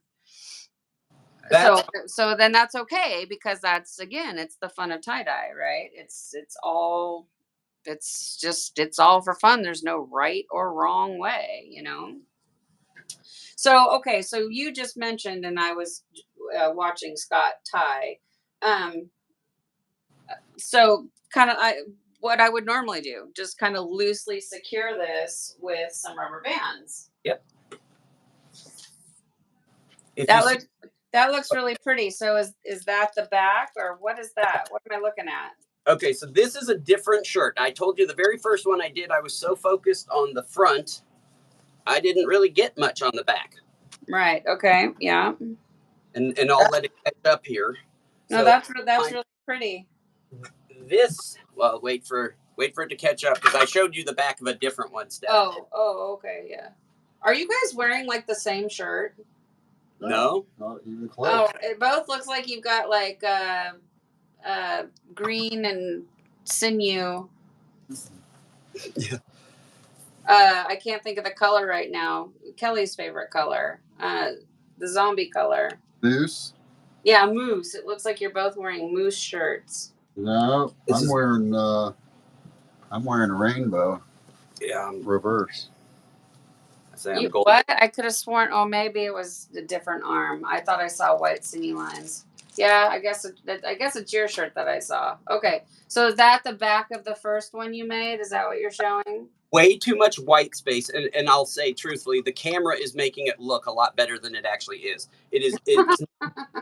It's not. It was just to me, it looks like an afterthought. The front looked great, and the back was just an afterthought. So now that I've figured out, you learn where your sleeves are, you learn where your backs are, and you go, okay, so if I add a little here, I'll kick up the back, and that's the one that I had put up first. This is what all of my gravity backs kind of look like now. Leah's here. Hi, Leah. I'm not interrupting. I just, we always got to make sure we're talking to our community. Yeah. So I see what you're saying though, like that. You know what it looks like to me, honestly? It looks like a stained glass window in a chapel. I think it's really beautiful personally. I like the white space on it. But then, that one right there, like, look at those flows. I mean, that is amazing and gorgeous too. So I get your point. You can, at this point, you got the front all tied up. You can scrunch it, geode it, pleat it, flow it, whatever you want to do to it. Put a mandala on it like Rad Dyes has done to his. You do whatever you want. That's what's exciting of sharing at least just the pleating of the front, because people are going to take this in 10 different directions or more with the backs or the spacing of the pleats on the front. I didn't get in it today. We just did a 4 cross. If you fold it in one more time like a mandala, now you've got more rays that'll shoot out like more like a star instead of a cross. So today is just kind of the isolate the front, airplane fold it, and pleat it and have fun from there. If you don't mind, Steph, I'm gonna flip one over that's a little bit more. Oh no, I mean, go for it. Whatever. Yeah. A lot of folks would not believe that the shirt I just put up is tied the exact same as that first one I put up. Kelly's here, Scott. Kelly's in the house, and you're welcome, Leah. I'm sad that you didn't. Kelly's went to a little cookout, so she's just looking in. Yeah, that's what she said. She's tuning in. She's stalking us from afar. Yeah, Leah, I tried so hard to get everybody to vote. And everybody did, and I'm so bummed. But next year, let us know sooner so we can really get on those votes. Now look how fancy and gorgeous that is. Now that looks really like a really pretty cross. Like I see the cross for sure on that one. All right, now just wait a second. Oh boy, is there more? I can't wait. I want to show that different as these look, the fold is the same. Just play with your die placement and where you put your sinew lines, how big a ruler you use. Yeah. So yeah, like more of the glitch pleats in the beginning, creates more of a pattern or less or whatever. And and I like the four corners. And yeah, dye placement, dye obviously always is like one of the most major factors in all of our patterns. Absolutely. Where you place your dye, how much color you use, what colors you use, all of that. And this is a really super thick fold. So, Yours? Yours? huh? What? Oh, I missed it. They got a joke going on that they're not letting me know about. No, he's just pleated it so much it's even thicker than most. Oh, yeah. Well, Scott, Scott, the reason why Scott is who Scott is because of what Scott does. Yep. He's a perfectionist. I'm hard on myself and somewhat of a perfectionist, but I not when it comes to pleating. I hate pleating. It's a nightmare. Okay. Yeah, K-Dub, that was cute. You did, and you're very welcome, Leah. And I'm bummed that you didn't win, but better luck next year, right? And maybe you should do something and put it on a child, because I think a child wearing tie-dye, I would be like, oh my God, and vote for the child and not actually the sewing part of it. I apologize. I don't know exactly what the contest is, but when you said Yeah, put it on a kit. So Leah, our friend Leah, she entered in. She dyed her own fabric. She did the watercolor ice dye method on fabric, and Whoa. she sewed like a woman's top, and entered into a contest. And first, second, third prize could win a new sewing machine. And her entry was the only entry that was of dyed fabric. Everybody else just bought fabric and made an outfit. But she made her own fabric and sewed it, and it was beautiful. And I was really hoping to see a tie-dyer, show the sewing community that you can dye your own beautiful fabric and then make stuff out of it. So I was really pulling for her, but that is cool. My advice is somehow try and incorporate a kitten next year. Exactly. That's why I said I don't know who won. There was a wedding dress, and then there were two children in like princess outfits, and I'm assuming the wedding dress and the children won because women vote for weddings and children. So, all right. Now, when it comes to the dyeing process, we've all talked about. Well, we've been talking about it. I'm gonna have to do a gutter dye just because I can't do I can't let my tail do that That's okay. drip method. So, how many colors? Because I am now back in the living room, you guys. It's really super hot again in Oregon. So I'm going to have to go back and grab some dyes. I need to know what I'm going for. I typically do 3. I've done a handful with 1 or 2, and I did one load-in only, and it was just as nice as some of my. Oh, hey, wait a minute. Let me see your setup right there. You got an over the sink strain. I can do that. Now that I can do. Now, I'm sorry. I didn't mean to interrupt. I'm just looking. No. Now, one thing that you're going to have difficulty with, and I don't mean to say you won't be able to do this, but if you do have one of those ice machines. We've talked about making the ice where it's almost a flat sheet. So I have this set up here. I'm not going to need an ice barrier because I'm going to put a sheet of ice on it, and it'll. Oh. You, on the other hand, if you don't have that type of ice, are going to have a real heck of a time trying to figure out an ice barrier to keep it just here and let it flow off. Okay. Okay. All right. Yeah, I hear what you're saying because I'm gonna have to fill up my whole over the sink strainer. Okay, so I'm gonna keep this in mind. I'm gonna watch what you're doing, and next time I make one, I can prepare. For people that don't have ice machines, you can freeze a container of water, a square container, a round container, and just set it on there. And okay, all right. So now, now back to the dye colors. What are we using? I had decided mine will be a little. I was going to do Bracken, Loden, and tie-dye black. Okay, Bracken, Loden, and tie-dye black. Okay, I don't have tie-dye black, but I've got Raven.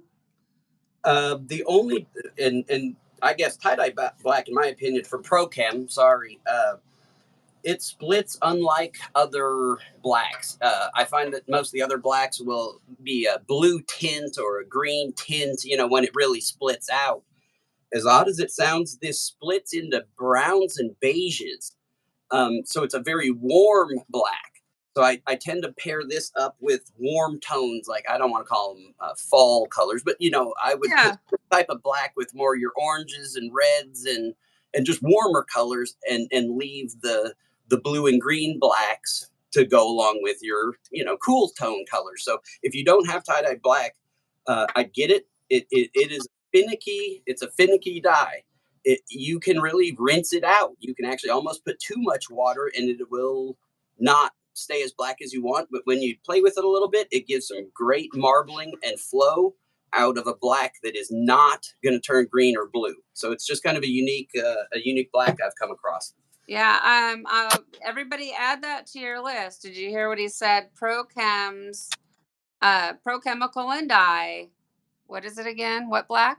Tie dye black. Tie-dye black from Pro Chemical and Dye. So I still have the original Raven before it got messed up. So mine splits into reds and golds. So I think that should be pretty. Okay, so I'm going after Loden.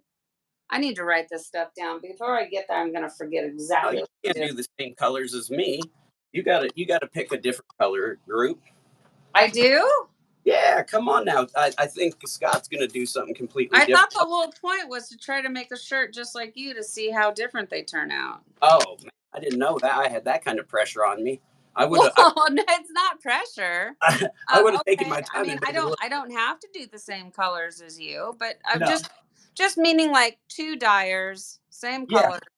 sure. How do they turn out? That's kind of usually what Scott and I kind of do a lot of the time, but okay. Well, Scott, Rad Dyes, what colors are you using on yours? I have a mandala on the back, so I think I might use lime pop, emerald green, a darker green, um, and then go into purples in the middle, and then maybe come back into the lime pop. And so lime pop on the front and the center, or sorry, lime pop and those greens on each little end here where I sinewed and we have our cross and stuff. But then again, I don't know. I'm gonna have to think about this So cross. okay, so you're I doing don't. like the I don't know. purples and the greens, right? Purples and greens on the mandala and the back. I haven't figured out what on the front yet. Okay. All right. Well, okay. Uh, okay. You guys want me to do something different? Well, I have no idea. You know that shirt that you guys sent me, that double fan fold, had like a turquoise stripe and browns. Do you know what the color palette was on that one? That was really pretty. Who, It's me? like, please don't tell me it was shiitake mushroom though, because I'm not doing that. Are you talking about? Last night, Um, color slides, you sent me a double fan fold where you were Oh, showing me how to do those yeah, sleeves, that was. and it had like a turquoise. Do you know what the palette was on that? No, I apologize. That was somebody else I follow online. That wasn't one of my pictures. I did Oh, I that. thought it was I yours. was just Okay. trying to show you how they had wrapped the pleats down the long sleeve. I apologize. No, that was not my work. Oh, okay, well, that was a amazing, like super amazing shirt. No, Okay, absolutely. well, I don't know. Hey, somebody's. I he's Rad Dyes is doing purples. Color Slide is doing earthy tones. That doesn't really leave me any room to do anything else. Oh, if you want to know the truth, I don't mind going because I like doing like tie dye black by itself Yeah. or London. I can cut it down to just a single color. No, no, no, no. I want you to make your project how it is. I've got every color under the sun and I would like to use some of them. I just don't know, like, This is where I annoy people, and people write me bad messages and say like, you're all over the place. This is terrible. Well, you know, We I've calm got down. 400 colors to choose from, and I Yeah. don't know what to choose right now. You're trying to choose my colors. I'm sitting here what's wrong second with guessing that? mine. So no, you're not alone. I'm thinking, well, I probably need something a little brighter to get the contrast against that black. So My only thing, Amanda, with pinks is pinks are not good ice dyers. I mean, they're just not. And with something this thick, I would rather have I mean, I would rather have some good heavy saturating colors. Well, I mean, that's not true. Like hot hibiscus, I mean, it saturates well, but it doesn't split. You know what I mean? I want to maybe try to do some splitting colors.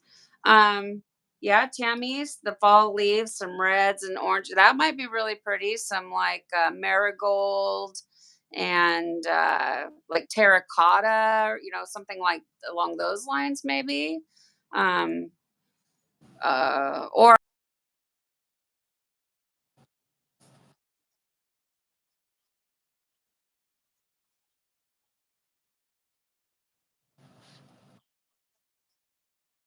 really pretty.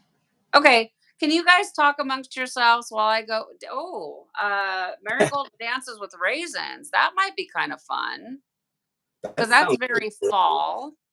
right. Hmm. Oh, and sage. Yeah. All right. You're on to something. Okay. Can you guys talk amongst yourselves? I'm going to go out. I'm going to grab my. So you guys are doing it in containers, and I'm going to do it in a gutter on an incline. That's what we're doing. Okay. Yep. I'll be back. Talk amongst yourselves, please. Okay. I would be interested if anybody has questions that I feel like I went too fast and was in my own little world. If there's anything more specific about a part of the fold or I just want to answer as many questions as I can.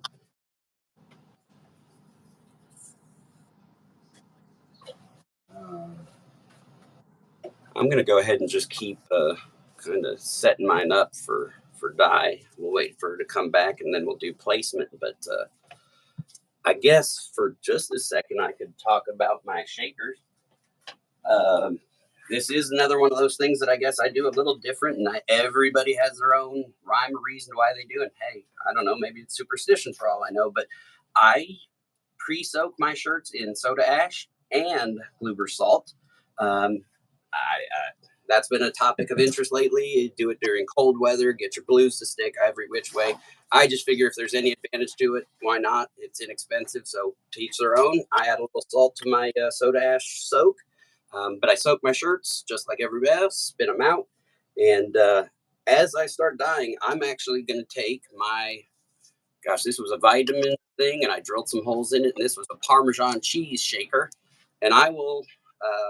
Before I place the dye, typically, I think Stephanie always says, for good measure, a little extra, and I will just like a Parmesan cheese on the pizza, shake the soda ash, put that right on it, little Gluber salt, and I will use that as my base to put all of my dye on. Sometimes it helps it from falling down the sides. It's just my idea of adding just a little extra soda ash on something that has to soak through a lot of folds. I guess it's always worked, so I just keep doing it. Whether it's a proven method or not, I won't claim to know. Tell me, Scott, you're just putting on your salt mostly in the winter months, is that right? Yeah, that's the only time I do it, to get my colors to kind of, like, blues will wash out, and it kind of helps them stay there.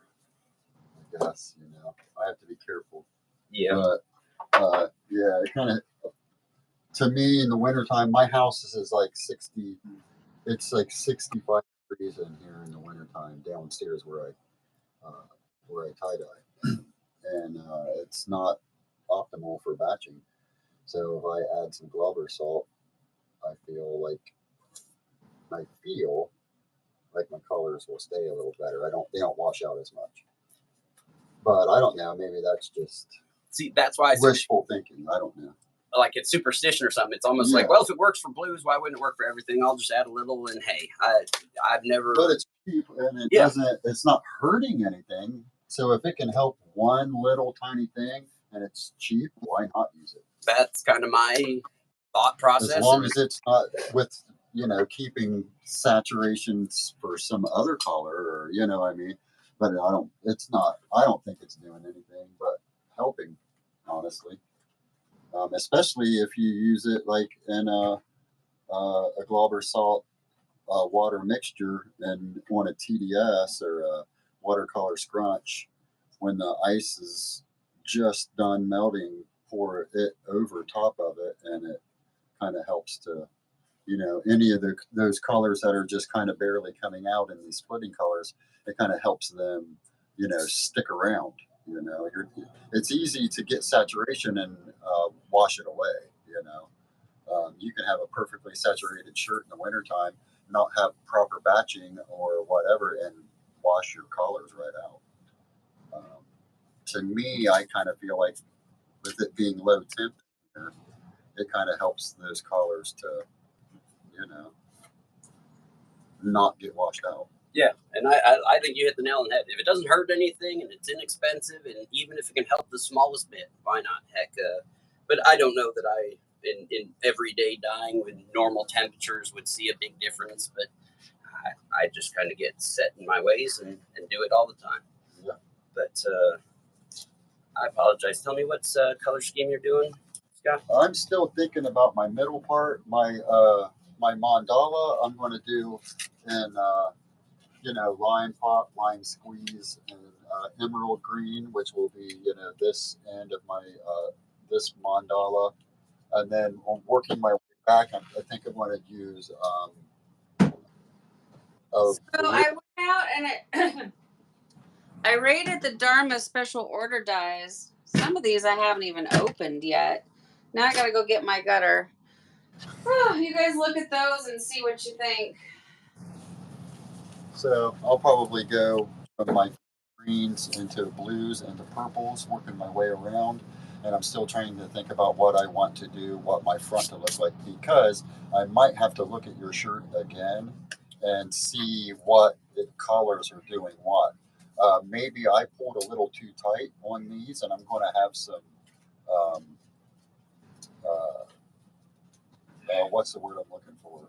It's not going to, I might have pulled too tight. Just less saturation. Yeah, less saturation. While we're just kind of chatting here, one thing I'll say about this one, I used a very high contrast center. You don't have to. A lot of mine were just bright as could be or dark as could be, and the opposite, just high contrast. It doesn't have to be that way if you really, and that's kind of what I'm going to go for. If you want three complementary colors that don't accentuate that cross as just the main focal point, it's so great. Let me ask you this. Let's say I wanted to, you have yellow here. Let's say I wanted to use bronze, or, the color you're using right here. Let's say it was citrus yellow or lemon yellow. How are you laying that on your shirt, the citrus yellow? Okay, so in this case, again, this was the very first one. It was an experiment. I really didn't have nearly as clean a folds as this. So a lot of it was kind of scrunched. And what I did, if you look at the top where we have our line, I actually set it up like this. And I put the yellow here. And that's how you got your cross. That's how I made this just stand out like. For sure, that makes sense. And that's why I want to bring it up now. It does not have to be a statement piece cross. If you want to let that kind of melt into the background. Yeah, let it like I'm doing, and it would be a different colors. Yep. This cross will be different colors because it's overlapping the opposite way. Exactly. Unless I wanted to set it like that. And that's where some of my later experiments. Leah, you're still here. Were those the colors you used on that shirt that you made? Go. I'm listening, you guys. Go for it. Okay, I'm sorry. My very first experiment shirt, the one I showed at the very beginning, was Strawberry Skies, Aster, and I believe this was Happy Cat Ember. And if it wasn't, it was Golden Yellow from Pro Chem. I won't pretend to have the best memory, but I believe this was Golden Yellow Pro Chem in the center. And again, Aster is Pro Chem. And everybody's favorite, Happy Cat Strawberry Skies. Yeah, so that, if you look back at my photo, in a combo I've been hitting pretty hard and tried to start getting away from it a little bit, but I love it. No way, I'm not doing it. Never. Don't ever ask me to do shiitake. It's never going to happen. Do you guys think I should put? Oh, I can't. I gotta turn it around. I can't see what I'm doing. Do you think I should put the fast tracks or the whatever magic tracks under it? You think, Scott? Like we did, but like before. Yeah, I think I'm gonna go. Well, I think they might be right here. Just so that it's kind of eliminating any muck lines. Yeah, that's what I'm thinking. As long as my track's facing up, where the tracks on each side facing up, I feel like that helps with my muck lines. Because yeah. With this being a perforated pan, there's going to be some muck if I just laid it directly in there. There's going to be muck lines. You would definitely have, you would for 100% have some muck. So, okay. And so that's making me think like maybe I should grab some of the magic tracks too, just to help get away from the lines. Let's see. I'm going to set this here again while I go grab some magic tracks. Okay. I put my dyes on the table. I pulled, for ladies, you're out there. I pulled marigold, mustard, ginger snap, lion's mane, 2 fancy mustard, madrone, and plum port.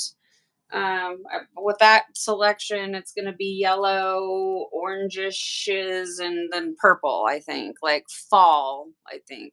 The madrone, I think, is red. Never opened it. Have no idea. I've never used it. Super curious about it. So you guys look at those and try to, y'all in the chat room, take a look and tell me what you think. And I'm going to go grab the magic tracks and some ice. Okay, be right back. Okay, so it gets cold in there too, huh? John List. Okay, on regular fabric, salt makes a more noticeable difference. Marigold DWR. What's DWR? Sage mostly and filled in with the red. Dancing with raisin. Yeah, there you go. She knew you would like shiitake. There's got to be a bingo there or something, that's got to be a bingo spot, huh?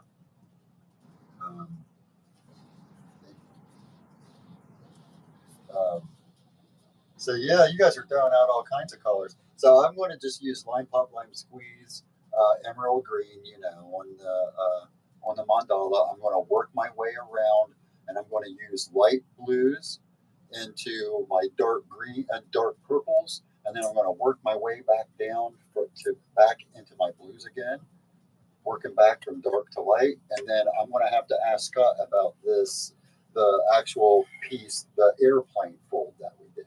Mm-hmm. I guess I could go ahead and give it back into lime pop, lime squeeze, but how is that really going to look? No. Well, again, my name's Color Slide.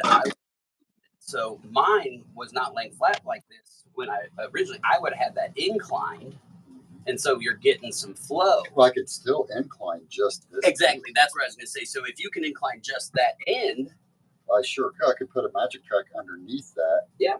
And touch that up and that down and watch my puddling down here. Absolutely.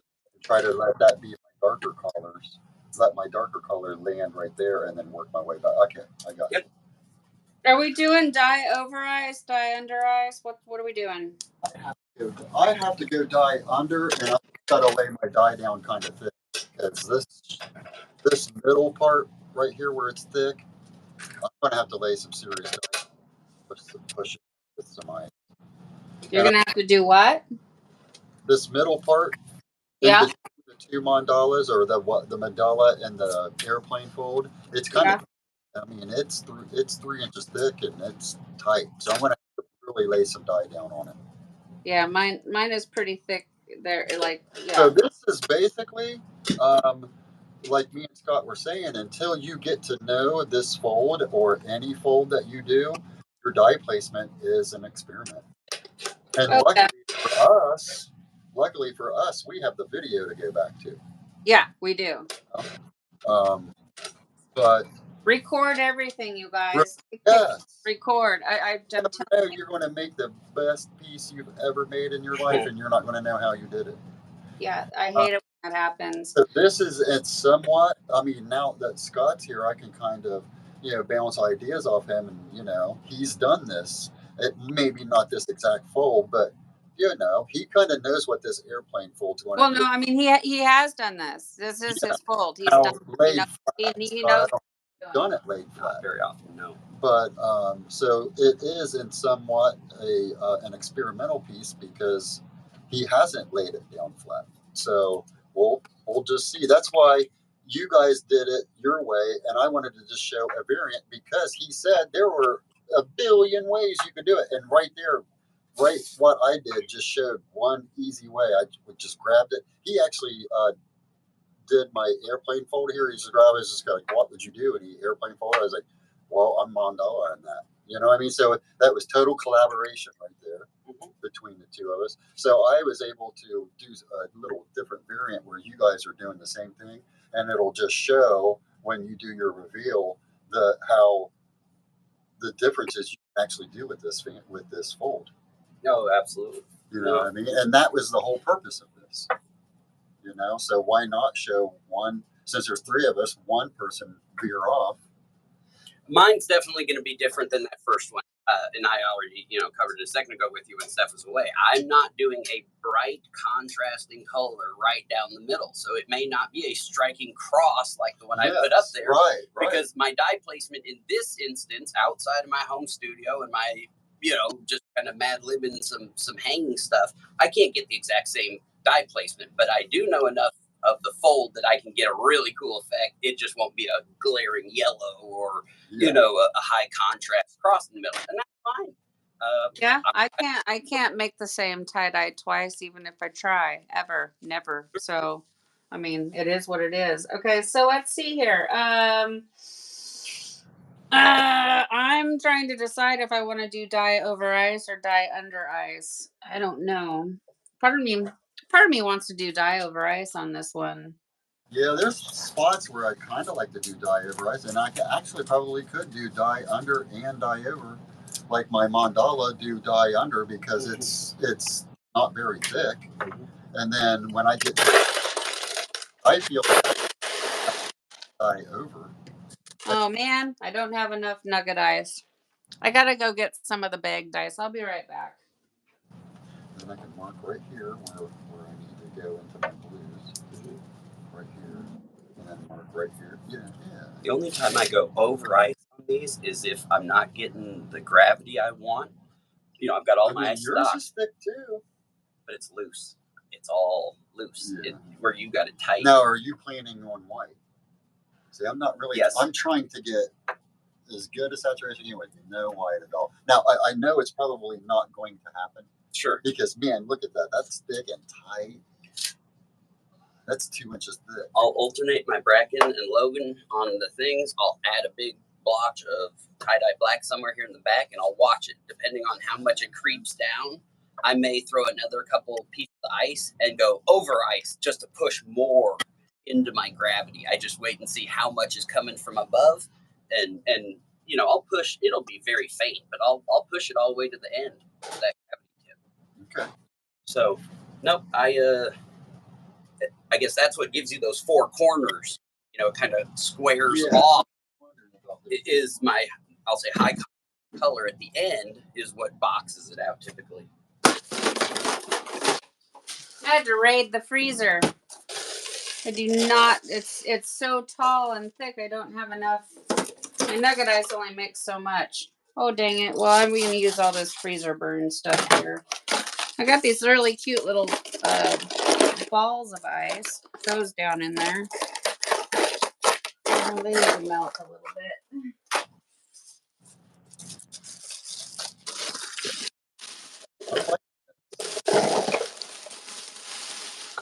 Looking forward to all. I mean, I say that I've had a handful of folks reach out. Of course, after I posted the first one or two experiments, how do you do it? How do you do it? And in all honesty, I couldn't replicate it. It took a while for me to figure out how I had done it. and how I could get a better back, and kind of, and with all the variations, it's endless. It's a hole that I still am going down with variations.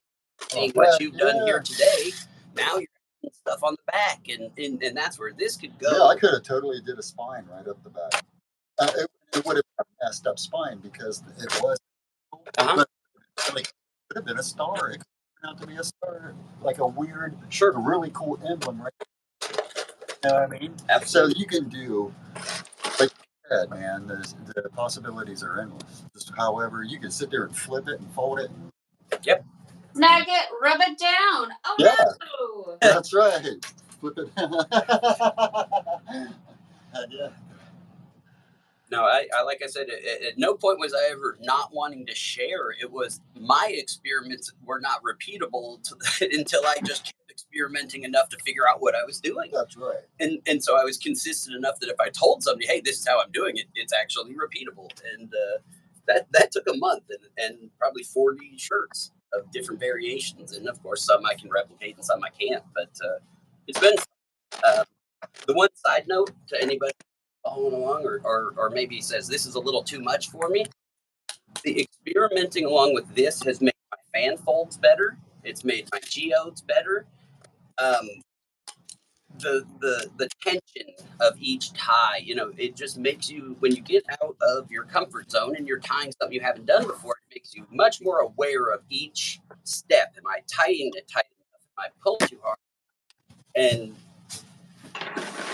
I was experimenting, it made me realize, wow, I'm cutting a corner on my fan folder. I really could have just tugged it a little tighter here. And I guess the experimenting upped my game across the board, not just on the one fold I was playing with.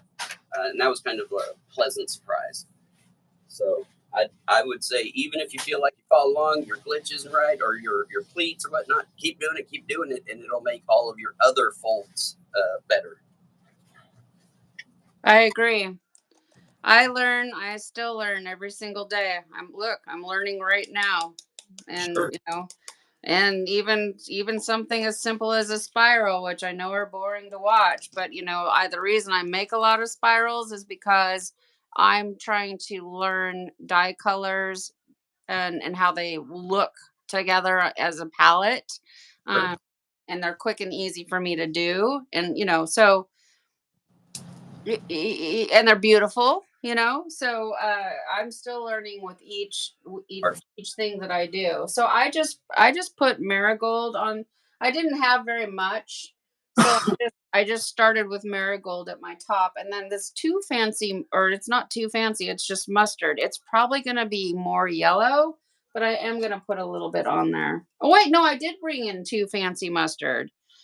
Ooh, darn, I wish I would have started with mustard at the top. Maybe I'll just do. I have no idea what you know what? So these funnel scoops come from boredomwithjen.com. And I love these tools. They are amazing, and now they're in fun colors, and they're in left-handed or right-handed scoops. Oh, hey squirrel. Um um he's distracting me. He's so cute. I have a squirrel like literally right out my window right now, like sitting there going like, "Can you give me a peanut right now, please?" He wants to join in. Funnel scoop. He's never tried this one either. So Color Slide, have you tried the funnel scoops yet? I actually am sitting here with a plastic spoon that I had manipulated and kind of boiled and played with, and Scott was nice enough to gift me a set. So the reality is, I've heard about them. I placed my order for my puller a while back and didn't get any, and just hadn't circled back to get something new. And he says, "Oh, you want a set?" So no, I haven't, but I'm really looking forward to it because the spoons aren't cutting it exactly like I wanted, and I think that'll give me a little more control. Oh, they're the best. And so definitely everybody, down in the description box of this video, when it uploads, or I don't even know, maybe now it's available, the list of everything that I use is down there. So you will find boredomwithjen.com. The link will take you right to her website. That's where we get all of our tie-dye tools. We get the sinew puller and matching caddy set, the pleating tools, the funnel scoops. Plus, she makes all kinds of really cute stuff. Like she's been making some really adorable bird houses, and I mean, there's just so much to see. So make sure that you go over there and definitely check that out. So all right, you guys, I've been away doing my thing. You may have talked about your dye placement. I'm doing the dye over ice method just because I just want to. The guys are going to be doing something different. Did you explain what you're doing, like how you're? Yes and no. I think the only thing I'd want to catch you up on that maybe you didn't miss was, of course, the very first one had a bright yellow cross right down the middle, and I had actually applied the yellow on end. So remember the line that we drew right down the middle of our gap? Yeah. That one, I stood it up on end and put yellow on that line, making Okay. it the most pronounced standout. I'm a cross.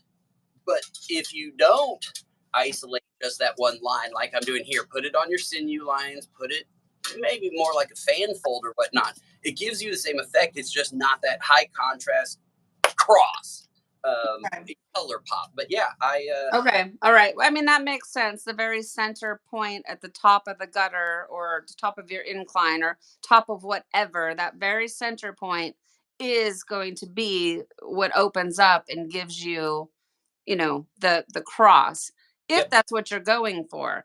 I think I'm just going to try to go for kind of like a blended look, like just a gradient from one side to the other. sure. um so we're gonna, all the three of us are gonna have very different looking shirts for sure. And um I feel bad. I feel like I did a bait and switch on you. I know we talked about trying to make them all look the same, but as I got no, going, I'm no, like, you didn't. That was me. That was on me. That's not you at all. I um just why don't I experiment along with you guys? I mean, the fold is the fold. The die placement is the, where it gets interesting. And as I mentioned, I am really looking forward to seeing people posting in the groups, Belladonna, hey, here's mine. And honestly, it's going to give me something to think about and try it that way. Oh, 100%. That's why we do these lives. And I think Rad Dyes can attest to that, because after we do these lives, within the week following, we get to see some really cool versions of what we did.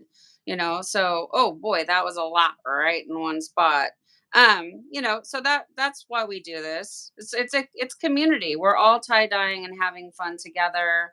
Um, you know, we all have to do the work, like, right, we can't just like snap our fingers and make the dye appear or the shirt appear. We have to actually physically create it. And um and some of us are better than others. I'm still in a learning curve. I've got a long ways to go before I'm a master, but I sure am having a lot of fun doing it. um, so I'm just sort of striping out my color. So my first color I used up all of my marigold. I didn't have any much, so I just threw it all down there. And then I decided to do ginger snap pumpkin spice. The colors that I'm using personally are from Dharma Trading Company. They are their special order dyes. You can go on to their website and type in special order Procyon dye. And if you see a dude in a like a ape suit, you've hit the right spot. Now, here's the thing. You have to order 5 pounds or more to place the order. I am not going to order 5 pounds of dye. That's like this much dye. So I go over to on Facebook, Tie-Dye Supplies Marketplace. Okay. And I have a link down below in the description box. And you can get these smaller containers of dye and try them out. Okay. And I order from Kathy Sprague and Kathy Greger. I'm not sure if Kathy Sprague is actually selling dye right now, but Kathy Greger is. She is fully stocked up and ready to go and has all of the colors. And so I definitely recommend that you go and click that link, and you can get these small quantities of dye. So again, down in the description box, the Tie-Dye Supplies Marketplace. Have either of you guys used the marketplace and ordered from those ladies? Ellie has quite a bit of dyes that she's got from. I mean, not a lot, but she's got mustard, orange marmalade, plum port, yucca, Yucca. She's got yucca, yucca. mulberry. Oh, mulberry from the mulberry from the marketplace from Dharma. It's one of my favorite special order dyes. It's such a beautiful, soft magenta purple color. I love it. Sweet Alyssum or Sweet alyssum, and those are the most beautiful, fragrant flowers on a hot summer day. Oh my gosh. and sandstone. Soft. I think I have used sandstone, which is a nice sort of tan color. So now I'm going in with madrone, which I think is a wine color. I'm striping them out. I don't know if I should be leaving a gap, so I'm not really leaving a gap. I'm just putting them on, and I don't know how much to use. I'm not sure if I should stripe them again or go pick out 5 more colors because I've only got 3 colors on and I got a long ways to go on this shirt. So I don't know. I got a while, but it's not going to take you that long. I'm not sure if I should repeat it. You know what I mean? Like, I don't know. Maybe I'm going to keep my spoon. I'm going to keep my funnel scoop. I'm going to set this off to the side and I put my funnel scoop down in the lid in case I need to use more dye. So I'm going to set it off to the side. Pray to God I don't get crazy and knock it on the floor. Oh, and you can see right there in my demonstration, I spilled it. Okay, and then plum port is what's coming next for me. And plum port is like a dark purple, even though the dye looks red. It's a nice, pretty dark. Well, it's like plum colored wine, right? Like Merlot. Ooh, I wonder though. Well, okay. So, color slide. I'm sorry if you could you please say that what your colors were again for the people that want to. Yeah. Sure. I did bracken from Dharma. Sorry, I just blanked. Loden from ProChem and Tie-Dye Black from ProChem. Tie-Dye Black $6.99. Okay. And Rad Dyes, what are you? I'm going to use lime pop, lime squeeze, emerald green on my mandala, and then I'm going to go into I'm going to try glacier blue really heavy, which is just a step up from turquoise. Because you know how turquoise is, and this glacier blue will probably get swallowed up. Okay, glacier blue, And, a step up from turquoise. Okay, and then into sky blue, and then from there I'm going to go into jade green because that's the only like navy darker color I have other than deep space. So wait, which one is your jade green's going to be your navy? Yeah. No, jade green is turquoise. Oh yeah. Sorry. Teal blue. I'm glad you said that. Teal blue. Jade green is my favorite. Teal blue is what green. Yeah, teal blue. So yeah, it's a very beautiful teal green. It's gorgeous. Gorgeous. Glacier blue from there, sky blue, and then teal blue, and then I'm going to go into purples and work my way around my shirt on which would be like the back and looks like the back and the top, like the neckline, and actually, but maybe even all the middle. I don't know. Well, I'm going to see, but I have it set like a horseshoe. So the bottom part, I'm going to be purples, work my way back around into the greens. So my blues are glacier blue, sky blue, teal blue, and then my purples are going to be probably lavender, or maybe not lavender, but like a mid green or a mid purple.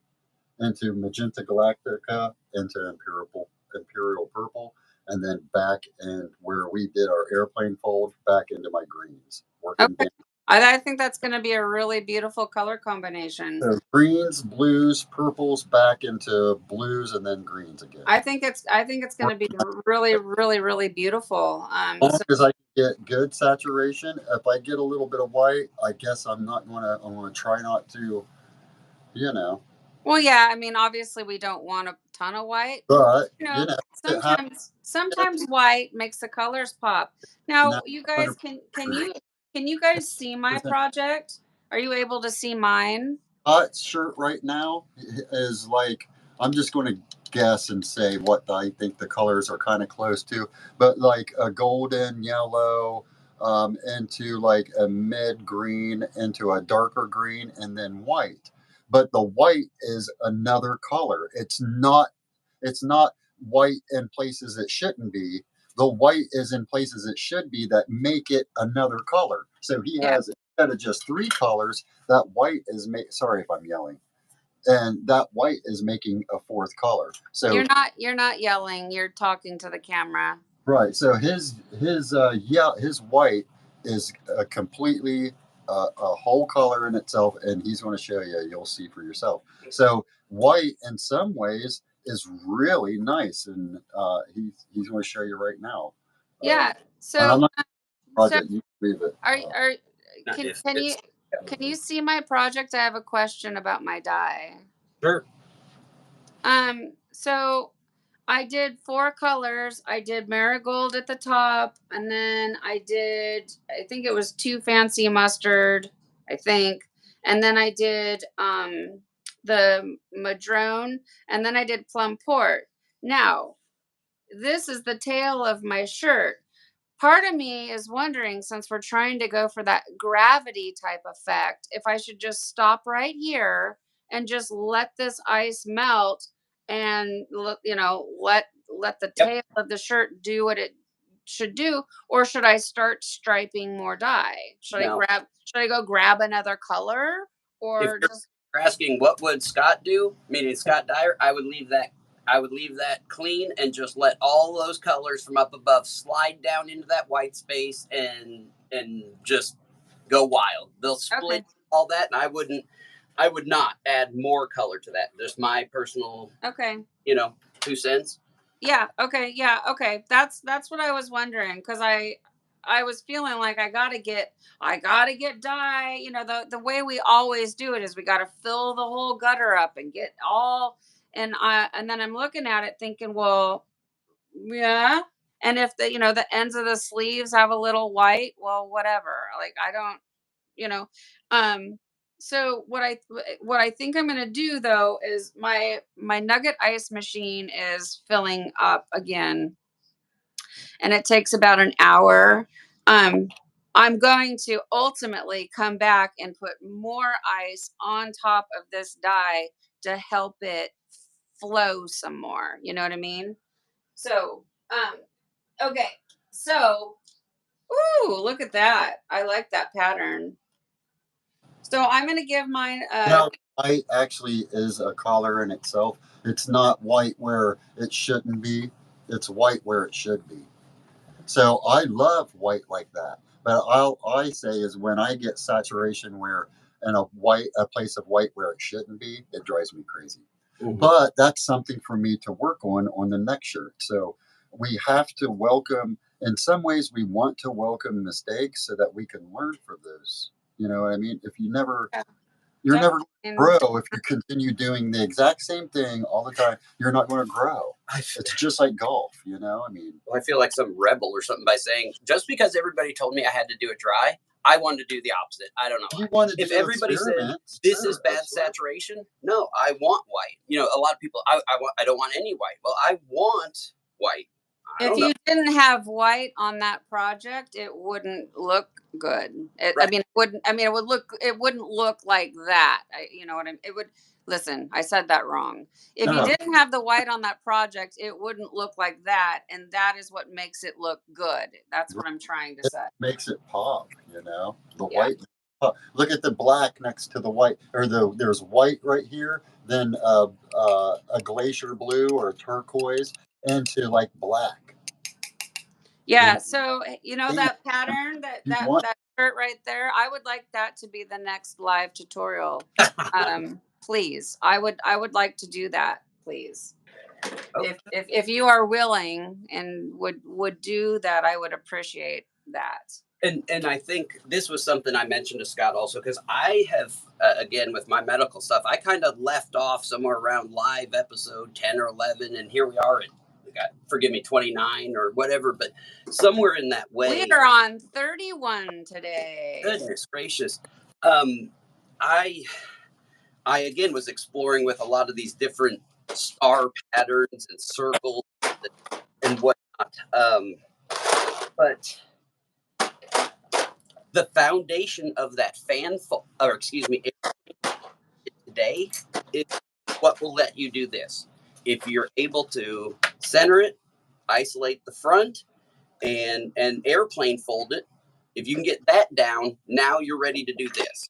But you can't do these without getting that airplane fold and centering and ice. Just can't. So this is kind of a stepping stone to be able to get to these. So I'm all for it. Yeah. So remember how I said like we'll concentrate on one fold at a time type of a thing. Sure. But yeah, I mean, yes, it's an airplane fold. I mean, I can see the 8 points, or I can't count and Sure. do what I'm doing at the same time. But yeah, and it's like a Ron Star, John Star type pattern. I've never made one technically, and I would love to. I think that would be a wonderful video. I think people would love to tune in and watch something like that. So, if you guys want to go live again this weekend or next time you're in town or when you get home and get yourself set up, I would be more than excited to have you teach that. Hey, you guys out there, would you like to see Color Slide Scott teach us how to make that shirt?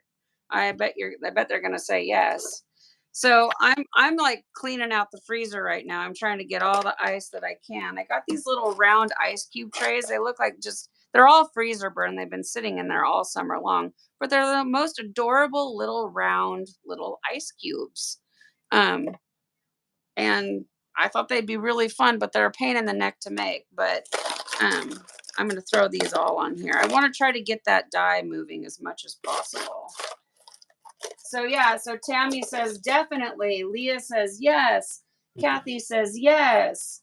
Amanda's down for it. Yeah, everybody would love to do another live and see, you demonstrate how you did that, because it's a beautiful shirt, gorgeous, pretty colors, all of that. And learning to embrace white space, it comes with time. When you very first start making tie-dye and you see white, you feel like a failure. Like, oh no, I've got white. It's not supposed to be there. I'm so upset about it. But then as you go on, you begin to learn about sinew and how sinew makes white lines, and then when you use sinew and you get dye on your sinew lines, you're like, oh no, I got dye on my white lines. But in time, it's a progression. So now, like for instance, when I make a half and half spiral, my whole goal is, can I keep my white white? And I feel like such a success for having the white. So, it's a very learned thing about white space. And I agree. White becomes another color. I have white, winter white from ProChem, but it's not white. It's peach colored. I suppose in liquid it might be white, but in ice dyeing, I have a video on it. It's definitely like an orangey peachy color, yellow. So, all right. Scott, looks like I've got that delay, but it looks like Scott's getting his dye laid down on it. Looking nice. Okay, so you guys might have talked about it, but when I was away. So Color Slide, do you want to explain your batching process and how you incline it or don't? Can you tell me? Yeah, no, absolutely. And I feel like I almost could grab a few things here in Scott's basement and play show and tell, and it just, or more so than I can outside of my own shop. I'm going to grab my second, Scott. As I mentioned, in my shop, I've just got a big black tote from your favorite home improvement center. But I mean, it holds like 40 gallons and it stands up off the floor about 24 inches. I mean, at my head, it was 20 or 24 inches tall, 5 foot wide, and I think 22 inches front to back. And I have a metal shelf out of a closet system, those ones that are kind of painted white. Yeah, the closet made racks. Yeah. Yep. And Yep. I have that propped up on top of that tote at an incline of about 17 or 18%. So what I'll do is instead of a gutter or otherwise, I'll put it on that rack and let that tail hang off completely over, and it'll catch up here in a second, I hope. So I'll put the star part on the grate and I'll let that tail, 12 inches, 10 inches of it hang off. And that's what gets those really long, stretched gravity pulls. Here, I'm trying to move it around so folks can see. But that's the best way I found. So like Scott said, you don't get the muck lines on the underneath, but I'm getting the incline I want. And then as long as you've got enough room to hang that tail over, just let it go. And also I've had a handful where I don't let it hang over as much, and then the die will only creep a couple of inches instead of 6 or 8 inches. So again, just depending on how much you hang off the end of that rack will really dictate how much gravity flow you get around the back. Right. I hope that makes sense. No, it totally makes sense. And the majority of the folks in our group are also part of Fun Endeavors Tie-Dye Lab, in her YouTube channel, where she does a lot of demonstration on exactly what you're talking about. So they're very familiar with how that works. I just the way my home and stuff is set up, it's hard for me to have, and I know a lot of people do it outdoors and stuff like that. It's just it will dry out too quick around here. So I don't know how to do it outside, but yes, it makes complete sense. And having like that big bin underneath, I think I could get myself set up for it. I just need to get like what you're using. So when you get home, if you could Sure. maybe share some photographs. Absolutely. You can share them in the group. You can send them to me privately. Whatever. Oh, absolutely. Just so because I can get what you have, and do it. So let's see. Mary says she's only done one Ron Star and it was a dud. Hey, Mary, you've got one more Ron Star done than I've done. So, you're doing good. I'm just, I want to try to branch out and do some stuff like that, but it's no fun to do it when you really have no idea what the heck you're doing. I mean, because I'm trying to make videos and content, and then to make a whole shirt and go like, well, that wasn't how it was supposed to be. Um, which I share those too. I share all my fails. We have a few fail videos coming up soon. I just need to get them edited. So No, I think you're exactly right. Branching off, what I think my mental block was, I was looking at guys that have these just crazy mandalas and tight ties and the most uniform saturation, and in my mind, that's what I wanted. And then I realized, why do I want that? I like a little more white. I like less saturation in certain areas. And there's nothing wrong with that. So I was trying to hold myself to a standard of somebody else's. Well, they're doing liquid. I'm doing ice. There's so many different variables, but I was chasing something that I could not have ever done. I could never replicate, some of these guys. Well, I mean, and that's not true. Yes, in time you Sure. will be able to replicate that, but until you do it and try, you won't know until you try, right? And those guys that have been doing it for years. And that's also like their style and all they do. So of course they're perfect at it, right? Not to say that they can't also ice dye and make, other stuff, but Right. like Stephen J, for instance, he has a very unique pattern and style to his work, and it's amazing and looks perfect every time because that is his thing. That's what he makes. Right. Um you want me to crank out a spot? Not, I'm saying like, Yeah, sure. you want to ask me to make a spiral right now? Well, shit, yeah, I can make a spiral right now because I'm comfortable with them. You know what I mean? So we all have what is our go-to Yeah, style. Scott, Rad Dyes is very comfortable making the side walker and the double fan fold, and they look amazing. He's mastered it. sure. So all of us in time will find our way and I mean, and just like you, color slide. I mean, every post you're getting better and better and better. So I don't know, do you want to tell you like your story, your history while Sure. we watch Scott add his die? I don't know if you've already talked about it, but you want to give people a little bit of uh, you know tell about your business, tell about how you came to get into tie dye. We're just now meeting you. I'd like to hear your story if you'd like to share. Yeah, I'm pretty much an open book. I'll say earlier in my life I was very private and didn't share and this that. Honestly, just because I was intimidated or just too self conscious or whatnot. But I've finally got to the point where I'm me and it is what it is. But I'm what going on 45 here in December. And about 13 years ago, I was diagnosed with MS, and the way they came about it or found it was during the winter. My feet were just like icicles, cold. I started losing feeling in my feet, my hands, my fingers, and they thought it was a pinched nerve, something in my neck, back, spine, something.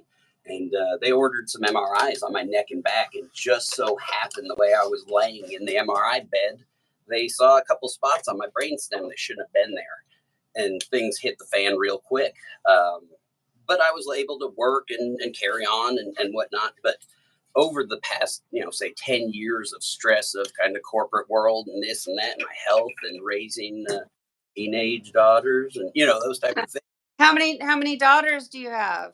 I have one 24-year-old stepdaughter, but I call her my daughter. She unfortunately lost her dad as a teenager, and I did the best I could, I guess. Yeah. But she's out on her own and master's degree and social work and doing great things. And but it took a toll, of course, teenagers You and just have whatnot. one daughter, or you have Yeah, two? just one daughter, What? and so Okay. Okay. my wife and I.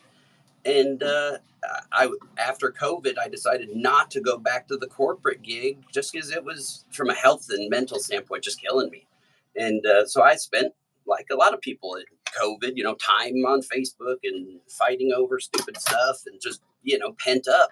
And it wasn't until after that I just so happened to see all these videos popping up. And I'm guessing, people were making videos during COVID TikToks and whatnot. And one of these just master dyers had done a TikTok, and it blew my mind. I looked at it and I'm like, how could somebody make those shapes and those colors on a t-shirt?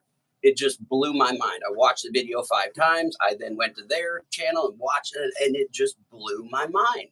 Well, anyways, long story short, I needed something to keep my hands moving, keep my mind sharp, keep my attention span, just kind of, not to sound morbid, but waste away. You got to keep active. You got to keep learning new things. And so I said, well, heck, I'll buy a tulip kit and a couple shirts, and here we are, I guess, just at about a year later. And it's become my art therapy, is what it really was to start with. I had no intentions of business. I had no intentions of selling shirts, or, and I jumped in so far head first. It was pretty quick. I looked over and my ping pong table had 100 shirts on it. Yeah. And I'm going, well, I'm getting better and things are great, but I'm just making shirts. I'm not selling them. And it honestly, it brought joy to my life that I never would have thought. friends, groups, things to achieve, goals to work towards, nude folds, new colors. And so it's been it started as a art therapy for me to deal with the autoimmune, condition that takes the feeling out of my hands sometimes, or aches and pains and whatnot. And it gives me something to focus on that feels rewarding, brings community, being able to come up here and learn new things with Scott and stuff. Those were things I never would have had I not gotten into this. So it was kind of art therapy to stay sharp and keep my hands working and stuff, but it's morphed into a family. It's morphed into, eventually I really need to start selling some shirts, because at this very moment I have, I don't know, several hundred shirts done and sitting there. I haven't made websites. I don't have Etsy, and I have no problem sharing my work, but that was the last thing on my mind. I was just trying to feel better. And now here I am with hundreds of shirts and folks that want to know how I do things. And I really hadn't known how to deal with it, or had the energy to give people the time and attention to learn and teach them like I wanted. And I wasn't real active in the last couple of months, and it was a hard time, and I was creating, but it was all I could do to create. I had no energy to post and pictures and whatnot. And but it's brought so many good things into my life. And now I have no desire to go back to the corporate world. I will eventually turn this into something that will both help people and hopefully pay a couple bills. And it's just been great. I'm thrilled that I just so happened to run into one TikTok video that blew my mind one day, and here we are a year later. So I really do appreciate you sharing your story, because I'm not sure if anybody in the chat right now also, has MS right now, but they might know somebody that does. And sharing your story, maybe they could, share it with them and give them the gift of tie-dye, because it might help them. I know that for all people, it, like you said, it's art therapy. It really is therapeutic. uh you know same as I have a similar story, and I think a lot of us right now in the group have the similar story, in the sense that when COVID hit, we were isolated, we needed something to do. We got a tulip kit from Walmart or off Amazon or something like that, and made a shirt and opened it up and went, wow, and then dove right in, like, not sure. feet first, but head first, and went to Dharma and started ordering dyes, and then, like, the rest is history type of a thing. And so I think it's a really wonderful thing, and being able to share your story can help other people. So, you But know, I'm glad that you're here with us. You're doing this, you're keeping going. And I think that's really important, for sure. And then, so you said you're not really selling your shirts, and you need to be. Are you a part of the Belladonna selling group that's available? I am, but I'm just Okay. now the confidence to start posting and whatnot. I have an Instagram right now. It's the best way. I'm trying to kind of keep all my pictures together of what I've got at the moment, per se. I'm hoping this winter to try and build a website or an Etsy or something to where I Yeah. can show more. But in the meantime, I've been posting just pictures here and there, and some folks say, is that one adopted yet? No, it hasn't found a home, but I'm not actively out there. But I that's my goal in the next couple of months, is to find homes for lots of shirts. So Yeah. not to I mean, you definitely need to do it. So, like, right now, here's a good opportunity. Why don't you tell us, like, everywhere that we can find you? And I will, when we hang up and get to working on this, I'll get all of your links, and I will put the links to you down below in the description box, so that people are able to find you on Facebook, follow you, and where are you? Where Instagram, TikTok, Facebook? How do people find you right now? No, I really appreciate that. Color Slide Creations at gmail.com. Color Slide Creations on Instagram. So the name is how you'll find me. Even if you search Facebook, I believe, even though my screen name says Scott T. Dyer, if you search Color Slide Creations, it'll come right to me.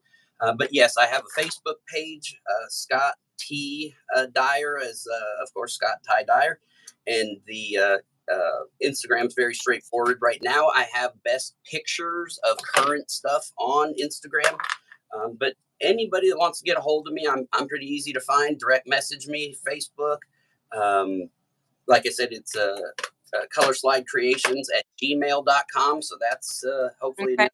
folks can get hold of me. But I'm looking to Yeah. break into something you guys have been in for a while. I won't lie. Now I finally feel comfortable. In the past, I just didn't either have the energy or felt comfortable. And it kind of feels good now to get to that point and have the support of you guys to do it. So I really appreciate it. Well, 100%. And I mean, we are here to support you. We're a part of a community. You make beautiful work. And yeah, you need to start selling that stuff. So, out there in the community, where do you guys sell your stuff? I'm just curious. So, like, my recommendation for you to start with would be create an Etsy account because it has already the built-in search engine and stuff like that, right? So people can type in tie dye and your picture might pop up.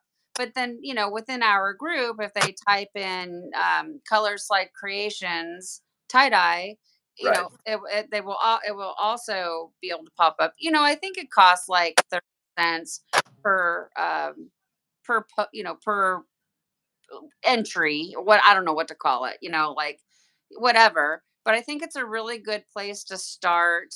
And then once you get more comfortable selling work and stuff like that, then you can branch out and use Shopify. So, like, all of you guys out there, what do you guys use? Are you guys using Shopify? There's a lots of like places you can make your own websites. I haven't even done that yet. But I think it's a really, really great place to start. And then also don't forget about the Belladonna Dyes selling group for all of you. You guys make something, you can post it over there. Everybody buyer beware, shop at your own, type of thing. Like I'm not in there. You know what I'm saying? Like, I'm not spending time making sure that everybody is on the up and up. If it sounds too good to be true, it probably is. And I take no responsibility if you guys get scammed because you got to pay attention to what you're doing. But, you know, look, we're all making very similar work.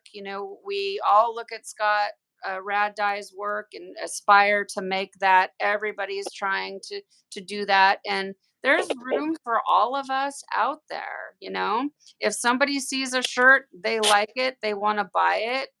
It doesn't matter if I made it, Rad Dyes made it, Color Slide Creations made it, or Lynette made it, or Leah made. I mean, you know what I mean? Like, there's enough room for everyone.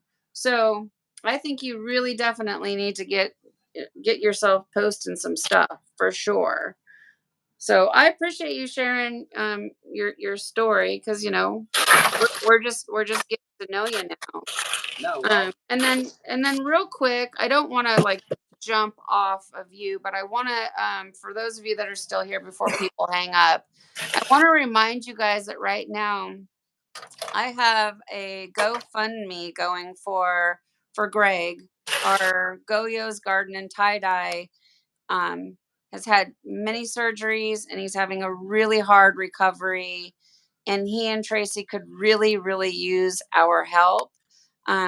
So I do, if you go onto my Belladonna Dyes YouTube and you go to the community tab, you scroll down, there's a link right there for the GoFundMe. So many of you have donated, and your generosity has just been amazing. And we're getting pretty close to the goal, but I want to push forward and try to reach the goal. And when we do reach the goal, you guys, I'm going to do a giveaway. Okay? And so that'll be fun. I like to do giveaways every chance that I get. So please, you guys, do not forget about the GoFundMe. And if you're not able to donate, and I understand that, but please share the link because it gets the word out there. And like I said, your generosity has been amazing. Both of you guys, Scots, we've got the greatest. This Belladonna dyes tie-dye community is the best. Everybody is so amazing.